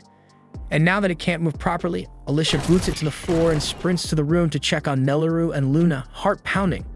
Maynard is impressed because no typical person could handle a magical beast like that, and now that he has gotten a proper look at her, he recognizes who Alicia really is. Alicia shoulders into the bedroom, keyed up for a fight, only to find Nay lying unconscious on the floor while Nelleru stands at her side holding Luna close. She also notices a wide ragged hole torn through the wall and asks whether Nay did it, but Nelleru, still rattled, says she was the one who caused it. She hadn't meant to when she shoved the bed frame to break free. It smashed into Nay and punched straight through the wall with a brutal crack. Alicia can't make sense of how something like that could even happen, but there is no time to pick it apart because they need to leave immediately, right now. She snatches up her sword and tells Nelleru to stick close to her because they are going to jump out the window. And once they take the leap, Alicia's practiced blade work carves through the dense cloud of bugs in the air so they can start running. And by the time May regains consciousness, it is already too late for her to stop them. She would like to give chase, but the insects outside strike at anything, so if she steps out without Maynard's help, she would be killed on the spot. A short time later, Alicia and Nelleru make it beyond the city limits, and the swarm abruptly stops pursuing them because Maynard only told it to surround the city. If they are lucky, they might get through the forest before dawn, but things rarely stay that simple for long. They run into a second wall of insects deeper in the forest, and there are far more of them here, so Alicia will not be able to cut a path like before. Nelleru asks what they should do, and Alicia is not entirely sure, but for now they need to find a place to hide nearby. Meanwhile, back at the inn, Nay comes downstairs again and plainly tells Maynard that the women got away. Maynard asks her if she at least managed to test the baby's magic aptitude, but she never had the chance because Nelleru knocked her out with the bed frame. Maynard concludes that they seriously underestimated the pair, but the whole ordeal has still let him confirm a few things he suspected. First, the blonde woman was the hero Alicia Glenfall, and he is certain of it because he was there when Drell killed her father. There is no way a hero would be traveling with an ordinary baby, so that basically confirms that Luna is the Hyde prince they have been searching for, and he is practically trembling with eagerness at how fun it will be to torture a hero when he finally gets his hands on her. And Nay just stares at him, wondering why she has to spend time with a psycho like this. The moment Maynard finishes his wild laughter, he tells May they need to gather everyone and march them to the main square. Once everyone is outside, the town's leader asks Maynard why he dragged them out here, because if he thinks a handful of bugs will be enough to make them yield, he is in for a rude awakening. Maynard is impressed by how gutsy these people are, but he wants a few points made clear right now. First, he says he and the Bolate army wouldn't even be here if the king of Haydn hadn't made that foolish wager and attacked Clevites. And now that the capital lies in ruins, it's possible Clevites might return to seize the territory, so the Bolate forces are generously stepping in to shield them. It's basically a pretext to invade Haydn, but without the king and his magic weapon, there's almost nothing they can do to stop it. Besides, Maynard tells them there's a bigger enemy to handle in the meantime because the blonde from earlier is one of the 13 heroes who sparked this whole mess, so if they want someone to vent at, they can start by chasing her down. At the same time, Drell's army is still marching to claim the fallen Haydn capital, and they're halfway across a shallow river when Drell suddenly halts, sensing eyes on him. He tells the stalker to step out immediately because there's no point hiding when the moon is so bright tonight. All at once, Rhodey bursts from the bushes and drives his spear into the water, freezing the whole river solid and locking the feet of all of Drell's soldiers. Then he commands his troops to push forward. Even though Drell's army outnumbers Rhodey's 10-1, Rhodey's troops came with ice cleats, so they can still move freely, while even Drell's enslaved dark beasts stumble and scrape for footing. Mika leads the soldiers into the clash and tells everyone to target Drell's wizards first so they can't free themselves. Drell knows the Frost Spear's capabilities, but even at full output, it shouldn't have been able to freeze the entire river in one sweep. He figures Rhodey must have placed a wizard farther upstream to chill the water just below freezing so the Frost Spear could finish the job, and he admits he's impressed by how tightly planned Rhodey's tactic was. Rhodey looks to have truly mastered the Frost Spear, and if he topples Drell here, this whole war could end. But Drell tells him it won't be that simple. Rhodey then surges at Drell with his spear, but Drell answers with a crushing backhanded cut that blasts Rhodey several feet backward. Rhodey stays locked in and fires an ice spell through the spear at Drell, yet Drell slips aside in time and springs off his path, leaving the water and the horse frozen where the strike landed. They close again and trade blows, and once more Drell finds himself grudgingly impressed by Rhodey's skill, A regalia might lend power, but it takes real strength to pull out its full potential like this. Even so, he says it still isn't enough to break the world's shackles. He then floods the field with power and has his sword call a dragon's claw into the air. Rhodey is stunned because regalia aren't supposed to manifest solid things, but the claw is absolutely real and swats him clear across the river. Mikkel and the rest of the soldiers see him in trouble, so they wheel around to support him. And at the same time, Drell explains that by fusing his blade with magic, he has turned it into something far beyond a normal sword. Right then, Drell notices some of Rhodey's men rushing toward him, so he pivots and erases them with the dragon claw, taking his own troops in the same sweep. Rhodey can't believe Drell would kill his soldiers so casually, but Drell says anyone weak enough to die to a blow like that doesn't deserve to see the world beyond their borders. Rhodey has no idea what Drell keeps going on about since he's been talking about borders and shackles for a while. So Drell explains that his aim is to crush the legend of the heroes. That story is what drove people to challenge unbeatable enemies with methods that make victory nearly impossible. Things have stayed this way for thousands of years and nobody has thought to question it, so the pattern never changed. But he says it ends here. Drell then tells Roddy he isn't going to kill him because he was a worthy opponent, and by now he should understand there's no way he can win this fight. Rhodey tries to rise, but there's no strength left in his body, so he's forced to watch while Drell pushes on with his conquest. But a heartbeat later, Clevides drops onto the battlefield, and everyone looks up in pure terror when they realize the Southern Lord of the Dark Beasts has arrived. Clevides notices that Drell is unmistakably the one commanding the field, so he says he has a question to put to him right now. Children from both humans and dark beasts have been vanishing. From what he has heard on the way, it ties to the magic Drell wields, so he wants to know if Drell truly stands behind it. Drell asks whether a beast lord should really travel this far just to pose a question, when surely has weightier duties waiting elsewhere. Clevides replies that this is part of a lord's charge, and if anyone profanes his lands or his people, the law requires that he kill them with his own claws in retribution. Drell asks what empowers Clevides to declare the law of the land, but Clevides, irritated by how much Drell talks, drives a brutal stab straight through his stomach. He adds that all of this could have been avoided if Drell had simply answered the damn question in a steady voice, yet even with a hole in his chest, Drell looks unfazed. He says he already knew Clevides would come to kill him, and he knew there was no way he could win in a head-on fight, so he prepared in advance. A third eye opens on Drell's forehead as he prepares to invoke his ultimate spell, Dark Ichor Prison. This blindsides Clevides, since he had no idea humans could use Dark Ichor, and in the next instant Drell's body detonates all at once, splashing him with hot blood. When the blast clears, the only things left are Drell's sword and a massive sphere of what used to be Drell surrounding Clevides, like a prison shell.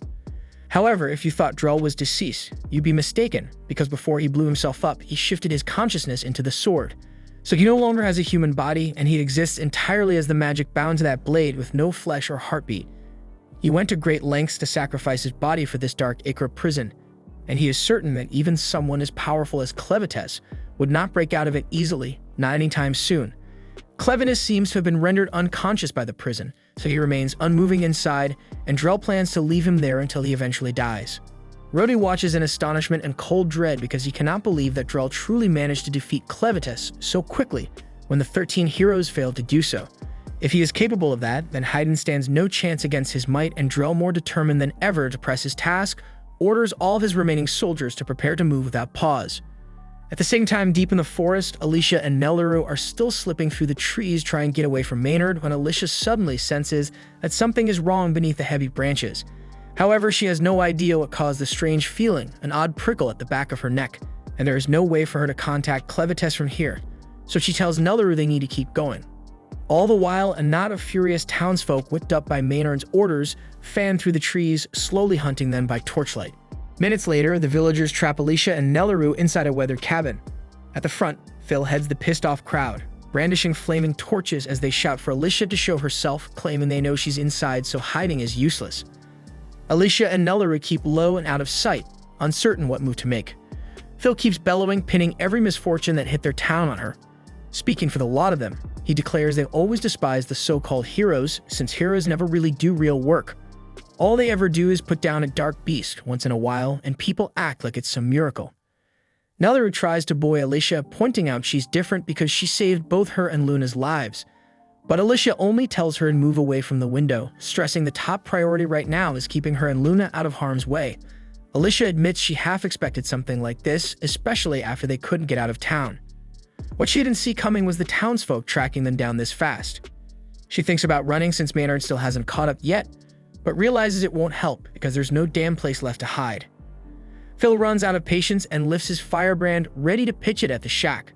Before he can follow through, his brother grabs his arm because their mother and father have just arrived, both of them furious. Their father, Mark, lays into them, reminding them their forefathers built this water wheel over 200 years ago, and he won't let them burn it. Phil snaps back, but Mark cuffs him on the head and tells him to shut up, saying he shouldn't swallow whatever two outsiders told him. Mark adds that he doesn't trust Maynard or Nate either, which is why he has two strong men watching them to make sure they don't cause a problem. He shoulders past Phil and tells him to step aside and let him handle it. He goes to the doorway of the shack and calls to Alicia, saying he only has a question, and vows nobody within will be touched until the talk is finished. He wants to speak with her alone, so he asks her to come out. Alicia sees she has no choice, tells Nelleru to stay in and look after Luna, then walks outside. The initial detail Mark observes is that she's missing her regalia blade. He presumes she might have pawned it for fast money, yet Alicia clarifies she actually misplaced it during her clash with Clevitus. On hearing that, Mark jabs at her dignity, noting that she faced Clevitus and was beaten. Alicia exhales and acknowledges that Clevitus utterly overpowered them. She says she'd get it if everyone resented her for a failure like this, and as she starts to apologize, Mark cuts her off. He tells her that isn't the issue. Still, if she had hawked her regalia and bolted, he absolutely would have taken her life. But because she already stood and fell in battle, he had nothing to reproach. Phil and the rest were stunned at the choice their father delivered, and Alicia, in contrast, was struck dumb when she realized they didn't despise her in the end. Afterward, Mark proceeded to tell Alicia that before the monarch passed, he had sent her off because it was part of their custom. Then, fixing her with a grave look, Mark asked whether keeping that custom alive was still honestly justified given the steep cost they had all borne. When the next sovereign is selected, should the people truly back him or not? Mark reminded Alicia that her band of champions was the only group in a millennium to reach the Lord of Dark Beasts. He figured she must have glimpsed what lies past Luna Mountain, so he pressed her again on whether it was worth the price. Alicia cast her mind back to her clash with Clevitus. She recalled that after her limbs were cut away and she was flung skyward, she caught a fleeting look at the world's brink. It took her shock there was no border at all. The line of the earth ran on without limit, so answering Mark, she set her face and stated solidly that it was damn well worthwhile. She conceded she wasn't certain she had the standing to say so after screwing up like this, but she explained that people won't grasp some truths while their realm stays cramped. Certain things can only be won by daring to jump. She said she learned that from Clen, who was cocky and treated her like a rag. Yet despite that, she felt thankful to him. Without meeting him, her world would have stopped without ever growing. Emotion surged through Alicia as she cried out, asserting that widening the realm for the sake of the valiant champions who perished trying had purpose, and she would not permit anyone to claim the opposite. Mark and the rest looked genuinely moved by the fire in Alicia's voice. Mark went on to say the old king did manage one thing right, and that was picking his heroes. He told Alicia she could go, promising he'd rein in the hot-headed kids lingering in back. While turning to leave, he added that their next ruler needed to stay alive to give everything he had. Even so, Alicia froze at that remark, wondering whether Mark had figured out Luna's bloodline. He then split the townsfolk into two teams, saying one side would face the insect wall, while he and the rest took on the troops. But before he could take another step, a colossal bug creature bars his path and drives his barbed tail straight into his chest, and at the controls was Maynard, grinning like a snake. And he jeers that this is the price for letting Alicia walk without his say-so. Watching that, Alicia yanked out her blade and rushed Maynard and spitting that he was a bastard. Maynard just smirked, saying she shouldn't be shocked because Mark earned it for spoiling his fun. When Alicia demanded to know what he meant by that twisted sport, Maynard said he meant the pastime where he'd watch the people of hide and butcher Alicia. That line set her off, so she fired off Rising Dragon and cleaved the huge insect in one blow.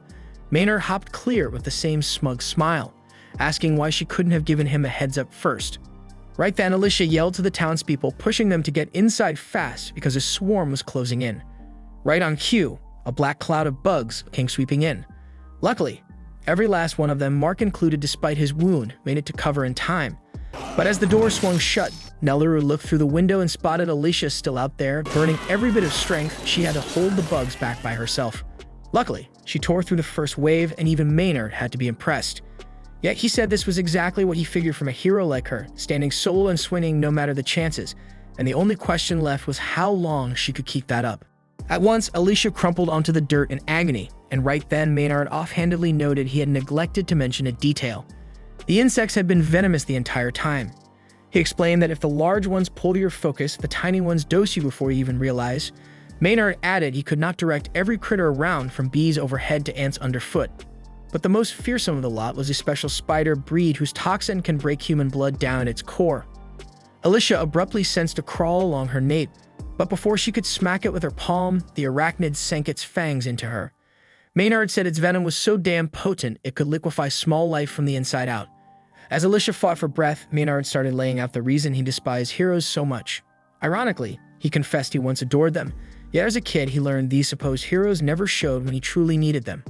And when he lost everything, the neighbor next door helped more than any so-called champion. That was when he decided heroes were just people wrapped in sweet-sounding labels. In his eyes, they could not shield anyone, and he jeered that the only ones able to guard anything were himself and General Drell. After that, Maynard unleashed another surge of insects at Alicia. While she beat them back, she grasped it would only deteriorate because Maynard's toxins even countered Dark Ecker. As she kept going, she suddenly glanced down and saw Clevitas sitting placidly within her chest. He offered little, only reminding her to wrap this up here because a larger task still awaited. Alicia swiftly tucked him beneath her dress so Maynard would not notice. At the same time, inside the cabin, a few insects had begun slipping through, and the townspeople did their best to swat them before they could cause harm. Carrot told her sons to pack the gaps in the walls so no more could come in. She then reminded everyone that keeping Luna safe was the top priority, since he stood for Hayden's future. She said all they could do now was trust Alicia to hold the swarm outside while they guarded Luna inside. Everyone agreed, saying they had all the gear they needed, and with that they started boarding the cabin with timber planks. At that moment, Alicia stood firm while Maynard strutted and kept running his mouth without end. Suddenly, a huge scorpion erupted from the soil and whipped its lethal barb at her, hitting Alicia and hurling her into the river close by. As she thrashed in the current, Clevitas slipped out of her chest and asked whether the toxin was what made her sluggish. Alicia confessed her pace lagged not just from the venom, but because her injuries would not close. Clevitas clarified that Maynard's venom interfered with Dark Ecker. It lacked the force to erase it outright, yet it stalled her regeneration until the taint faded, which meant her immortality was on pause. Up on the bank, Maynard stood steady and sure of himself. He jeered at Alicia for staying submerged, assuming she was too scared to come up. In the cabin at that same moment, the townsfolk wrapped up their fixes, stuffing the final gaps in the boards when a sickening noise came from overhead. With a sodden smack, an enormous larva fell out of the ceiling, making everyone gag just looking at it. Someone darted to the window and spotted more huge larvae crawling all over the grounds. They were gnawing straight through the shack's siding, and it was not only the shack. Swarms without number were already eating the surrounding forest clean. Back near the square, people heard heavy crashes rolling in from the path Maynard took. Alarmed, they rounded on Nay and demanded to know why she had not gone along. Nay answered straight, saying she stayed back because she did not want to die. She explained she would not step in Maynard's way since once he gets serious, he keeps going until nothing remains. After all, he commands every insect and is the fiercest mage in the Bolate ranks. Out in the deep woods, Maynard kept baiting Alicia while she stayed in the water. He said the oversized larvae around him were rare creatures that hatch only once a century. When they come out, they chew down everything they can reach. This breed exists only on one island far to the east. Every 100 years, these grubs strip a forest to nothing, leaving it bare ground. Yet the creatures are crafty. They never eat the seeds. Instead, they lie sleeping in their eggs until those seeds grow into a fresh, thriving forest. With a cocky grin, Maynard pressed a finger to the mana gem set in his chest and bragged that his sorcery could fast-forward that natural rhythm. With power like that, he figured the shelter where the townsfolk huddled would not survive even 60 seconds. Alicia's temper snapped at his taunt. She blasted up from the stream, but as she lifted into the air, her eyes blew wide in shock. Maynard had been secretly raising extra bugs in silken pods, and at that instant, those pods split open. The fresh brood poured at her with lethal intent. Alicia whipped her blade and hacked through the pack, but each cut shook loose a glittering powder from their wings that carried a different toxin. Her stamina blew away by the second, while Maynard drank in her suffering. With a single order, he sixed the colossal scorpion to smash her into the dirt, after which a tidal mass of bugs smothered her under their bodies. And that sick sight sent a freaking chill ripping through my whole damn body. Right when Alicia teetered on the edge of giving up, Clevitas stepped in. A blaze of scarlet flared under the heap, and out of it her regalia blade rose, carving straight through the mound of bugs. Maynard's eyes went saucer-wide in shock. He clocked the relic at once and barked to know where she had stashed it. Clevitas, cool as ice, told Alicia that most life on this world is water and bugs are no exception. All she had to do was handle a swarm like she would a sphere of water. The regalia he gave her carried the edge to slice them clean, and with that, he pushed her to finish the fight for good. Alicia pushed her feet, the blade humming with force. A savage gust tore across the field as she triggered her ultimate stream splitter. With a single quick arc, she erased the whole swarm in one hit. Watching from afar, Nia gaped as every creature under Maynard vanished. Alicia leveled the weapon at Maynard and ordered him to yield, but she knew he would not give in, so she simply laid him out cold. Drained, Alicia finally crumpled. Nellie rushed in to catch her, but to her shock, Clen was already there, holding Alicia in his arms. Clen looked at them with a hard face and said the situation had shifted, which was why he had come to call them back. Alicia, still woozy, managed to ask if Clen had beaten Drell. Clen answered that he had not because Drell was not alone. He had another Lord of Dark Beasts helping him. Elsewhere in the ruins of the Kingdom of Haydn, evacuation operations are underway. Around 80% of the remaining citizens have already been transferred to the underground shelters. Still, Queen Tala refuses to depart, at least not until she locates her son. One of the senior advisors tries to reason with her, reminding Tala that, as things stand, she's the last remaining figure fit to lead what's left of the realm. But Tala stands firm, declaring she could never live with herself if she abandoned her child. The elder empathizes with her pain, but questions how she can be so confident that her son is even alive, especially when there hasn't been a single sign of him since the kingdom fell. Tala clarifies that she knows he survived because the Forge of Haydn is still glowing with its usual intense red light. Normally, after the king's death, the forge would go dormant until another rightful wielder appears. But its continued glow means someone of royal lineage is still alive, and the only other living heir is her son. That's why she insists their top priority must be locating him and protecting him until he's old enough to inherit the forge. If they can manage that, then Haydn still has a future. The path forward is clear, but Tala can't help but feel bitter because this entire ordeal might have been avoided if she'd been able to flee with her son like she originally intended. The elder asks her to clarify what she means, and Tala reveals that before Clevitus launched his assault, she had a vision foretelling the devastation. She had sensed that the heroes would be no match for the dark beasts, and that Clevitus would destroy the capital in revenge. But she couldn't predict the exact timing, and because of that, her window to escape closed before she could act. Right then, Tala's personal courier, Fabio, returns and announces that he brings urgent news. He reports that Drell's army, 50,000 strong, recently clashed with the forces of Estlin near the Morel River. The Estlin warriors fought with incredible courage, but they ultimately stood no chance against Drell's devastating magic. But just as the battle concluded, Clevitus suddenly appeared out of thin air and wiped out nearly half of Drell's troops in an instant. But what happened next was even more shocking, because within moments, Drell conjured a bizarre glowing red orb that somehow managed to imprison Clevitus inside. This new information leaves Tala deeply unsettled because the idea that someone could overpower a dark beast lord was terrifying in itself. But now Drell and the remnants of his force, roughly 20,000 soldiers, were marching straight toward them, and no one had a clue how to respond. Tala refuses to accept this outcome because it contradicts every principle their ancient traditions are built on, and according to those beliefs, only true heroes are worthy of even standing against a lord of the dark beasts.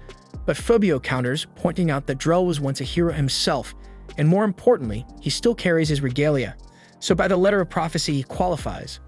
Still, Tala rejects the idea outright. In her eyes, a man like Drell, who would lead troops to invade a foreign land, could never be the chosen hero foretold in legend. So she declares that she'll confront him directly and destroy his regalia, claiming he's unworthy of wielding such a sacred artifact. Fabio hesitantly asks if destroying a regalia is even possible, but Tala explains that with the sacred hammer of Haydn in her hands, it is. The hammer is the only known weapon capable of crafting or shattering a regalia. The elder tries to talk her down, reminding her that the hammer is only to be wielded by Haydn's rightful king. But with the throne currently empty and her son too young to take it, Tala announces that she will act as ruler in his place, and as such, she has every right to use the hammer. No one can refute her claim, so the others assist her in putting on her battle armor while Fabio runs off to retrieve the weapon. She thanks him once he returns, then lifts the hammer from its sacred case. Now armed with its legendary power, she prepares to face Drell and his forces head-on. Meanwhile, back in the village, Pete pulls May over to where Alicia is waiting, just as she asked him to. He's still buzzing with excitement from watching her demolish a swarm of insects with a single swing, so he eagerly declares that from this point on, he'll be her personal assistant for as long as she sticks around. Alicia is taken aback by how kind he's being, but since he offered, she asks if he could also bring Nelleru to her. Pete bolts off immediately to fulfill the request, and Clen smirked, congratulating her on gaining her very first lackey. Alicia groans and tells him to knock it off because she never asked for a servant, and what she really wants right now is a fresh outfit because she's currently soaked head to toe in bug guts. At that moment, Nay finally speaks up, asking why she was even brought here. Her knees are sore and she just wants to go home already. Alicia finds it a bit odd that Pete managed to drag Nay here so effortlessly, especially considering what Nelleru had said about May's ability to manipulate magnetism. But then again, Pete didn't come at her with anything metallic, so there was nothing for her to control. Against that kind of brute strength, she really didn't stand a chance. Either way, Alicia says she has a few things she wants to ask and tells Nay to spill everything she knows about Drell and how he's connected to the Dark Beast Lords. Nay looks genuinely lost and says she has no clue what the hell Alicia is talking about, so Alicia rephrases the question and asks whether Nay has ever seen Drell's Dark Ecker, and she explains it's basically a type of blood that moves independently on its own. Nay looks disgusted and says she's never come across anything like that, and honestly, it sounds revolting. Alicia can tell she's not faking her reaction, but Clem is certain that what they saw from Drell was Dark Ecker, and only Dark Beast Lords are capable of producing that substance. On his own, Drell wouldn't be a major concern, but if one of the Lords is backing him, then that changes everything, and they need to figure out what's really going on. With Clevet standing right here, the only other Lords who could be aiding Drell are Zathir in the west, Rathbell in the east, and Vorden up north. And if one of them is bold enough to challenge Clevites by lending support to Drell, then they're going to suffer the consequences. Speaking of Drell, Alicia turns to Clen and asks if it was really okay for him to leave his main body behind and show up in this smaller form. Clen replies that what they're seeing isn't his true form. In fact, it's better if Drell's allies assume Clevitus is still trapped because it'll give him a strategic edge when the time comes to strike. Meanwhile, Nay has been trying to cut in for a while and finally raises her voice again, asking if they're done yet because she'd really like to leave. While she might not have any magnetic power to use without metal, she does still have her gauntlets. They're useless while they're in direct contact with her skin. But her arms are slim enough that with a bit of effort, she manages to wriggle one hand free. She flings the gauntlets upward, then loops her handbag around them to trigger her flight ability. And before Clen or Alicia can even react, she's already floating off into the sky, leaving the two of them just standing there, watching in disbelief. While soaring through the skies, Nay spots Nelleru and Luna riding in a wagon headed toward Alicia and Clen. She quickly notices that the wheels are reinforced with metal, giving her an opportunity she can't pass up. She figures Drell will definitely chew her out if she shows up empty-handed, so she swoops down and lands on top of the cart, announcing that she'll be taking the two of them back to Hitterat with her. Using her gauntlets, she knocks the twin brothers unconscious and effortlessly lifts the entire vehicle into the air, snatching both Nelleru and Luna mid-transit. But just as she thinks she successfully pulled it off, she suddenly notices something strange. Clen is casually seated right beside her. He glances over and tells her to speed things up. They're on a tight schedule and can't waste a second. That's when Alicia leans in, pressing her blade against Nay's neck, calmly explaining that this whole cart setup was a trap from the start. The plan all along was to corner Nay and force her to fly them to Hitterat, so this turn of events works out perfectly for them. Alicia also points out that her weapon is forged from pure Haiden steel, which Nay can't manipulate with her magnetism. Realizing she's cornered, Nay wisely gives in and agrees to transport them without resistance. Back on the ground, the two brothers wake up and are relieved to see that Alicia and Clen managed to board the cart safely. They wave them off enthusiastically, shouting that Alicia is always welcome to return any time. The townsfolk follow suit, calling out their farewells as the cart glides overhead. Alicia feels proud knowing she left a good impression. It gives her the sense that maybe, just maybe, she's starting to feel like a real hero. Clen ribs her again, making fun of the overly satisfied look on her face. Alicia fires back, saying she's earned at least a little pride after helping save the town. But Clen reminds her she only pulled it off because of his assistance. Nelleru is still trying to piece everything together, says that regardless of how it happened, Alicia's actions were undeniably heroic. She also confesses that she was stunned to learn Luna was actually the Prince of Haiden. She awkwardly asks if it's really okay for someone like her to be holding royalty in her arms, since commoners usually aren't even allowed to touch someone of noble blood. But Clen brushes it off, calling that rule ridiculous. He explains that Nelleru has played a vital role in keeping Luna alive, and on top of that, her strength now surpasses that of most regular humans by a wide margin. So if anyone ever tries to belittle her again, she should feel free to flatten them. Alicia immediately jumps in to clarify that Nelleru absolutely should not be going around flattening people, but Clen shrugs and says that's always been his go-to method for dealing with haters, so as far as he's concerned, there's no issue. Before long, the group reaches the mountain range, and just beyond it lies the capital city of Hitterat. Clen turns to Alicia and asks if she's truly prepared for battle, and he warns her that he can't risk being seen, so he won't be able to step in and fight alongside her. On top of that, he can't allow Drell to discover the presence of Dark Ichor in her system, meaning her ability to heal herself will be severely restricted. Even so, Alicia insists that she's more than ready to face him and settle the score for her father's sake. Nay then guides the flying cart over the mountains, and the moment Hidera comes into view, it's clear the city is already under siege, so Drell has to be close. Alicia scans the skyline and spots him standing atop one of the castle's towering walls. Without hesitation, she seizes Nay's arm and forces her to steer the cart directly toward him. Up on the castle walls, Princess Tala and a squad of enchanted blade-wielding knights gather to confront Drell head-on. Tala rallies her soldiers, assuring them that their weapons are nearly on par with the power of Drell's regalia. If anyone stands a chance, it's them. But judging by the look of things, you can already guess these guys are about to become battlefield decorations in no time. They charge in an attempt to flank Drell, launching their coordinated assault. But Drell doesn't flinch. Instead, he simply mutters that they're annoying. At that moment, the knights realize they're doomed, but bound by duty and loyalty to Haydn, they press forward into certain death, hoping to buy enough time for the archers to get a clean shot. The archers take aim with perfect positioning, but they still manage to botch the attack because in the blink of an eye, Drell morphs his body into the shape of a blade and vanishes from view. Tala and the knights froze in disbelief, questioning their sanity. Did he just transform into a sword mid-fight? And if so, what the hell does that even mean? But with no time to figure it out, the shield bearers moved in to form a protective barrier, but they're instantly blown back by a massive force. And within moments, Drell is already clutching Tala by the throat. He praises her effort in defending Haydn, but coldly tells her that she'll never wear the crown. Tala knows he's right because she doesn't possess royal blood and only someone born of the king's bloodline is eligible to inherit the throne. And if every direct heir were to perish, then the right would pass to the closest relative by default. But Drell declares that he intends to end that tradition once and for all. Tala knows there's no guarantee she'll make it out alive, but she's certain that a single blow with this sacred hammer should be enough to destroy Drell's regalia, so all she needs is a brief distraction.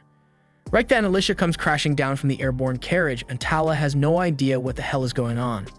Still, she recognizes it as the perfect opening, so she doesn't waste the moment. She lunges forward and swings the hammer straight at Drell's blade. Meanwhile, watching from a distance, Klen and Nelleru observe the chaos unfolding. Nelleru hesitates, asking if Alicia can really take on Drell by herself. But Klen shrugs and says it doesn't really matter whether Alicia wins or loses because her whole job was just to keep Drell occupied. Drell, along with whoever's backing him, is after the Forge of Haydn. That's the real target, and since only someone with royal blood can remove the seal, he brought Luna with him. Klen already knows exactly where the forge is, so he leads Nelleru to one of the fortress walls and explains that the forge lies just beyond it. He could smash through it easily himself, but he's trying to avoid drawing attention, so he tells Nelleru to handle the job instead. She pauses, glancing at the massive stone wall, and asks if he's serious because it looks pretty solid. Klen reminds her that when he healed her, he infused her tiny frame with the raw might of a troll, so her strength now surpasses even the fiercest among them. Nelleru takes his word for it and gives the wall a light shove. To her astonishment, the entire slab of stone rockets forward far more forcefully than she expected, flying clear over the wall and crashing directly on top of the guards stationed to protect the forge's entrance. She doesn't know why, but she suddenly feels like her kill-death ratio just ticked upward, but Klen tells her she's just imagining things and urges her to move faster because they're sure on time. Down near the forge's sealed doorway, Fabio and a handful of soldiers manage to survive Nelleru's accidental strike. But before they can process what just happened, Klen uses his powers to pull them into the shadows. Once at the forge seal, he gently places Luna's hand against it, triggering the mechanism needed to unlock the ancient entrance. This was the end of episode 9. Subscribe to not miss the next episode.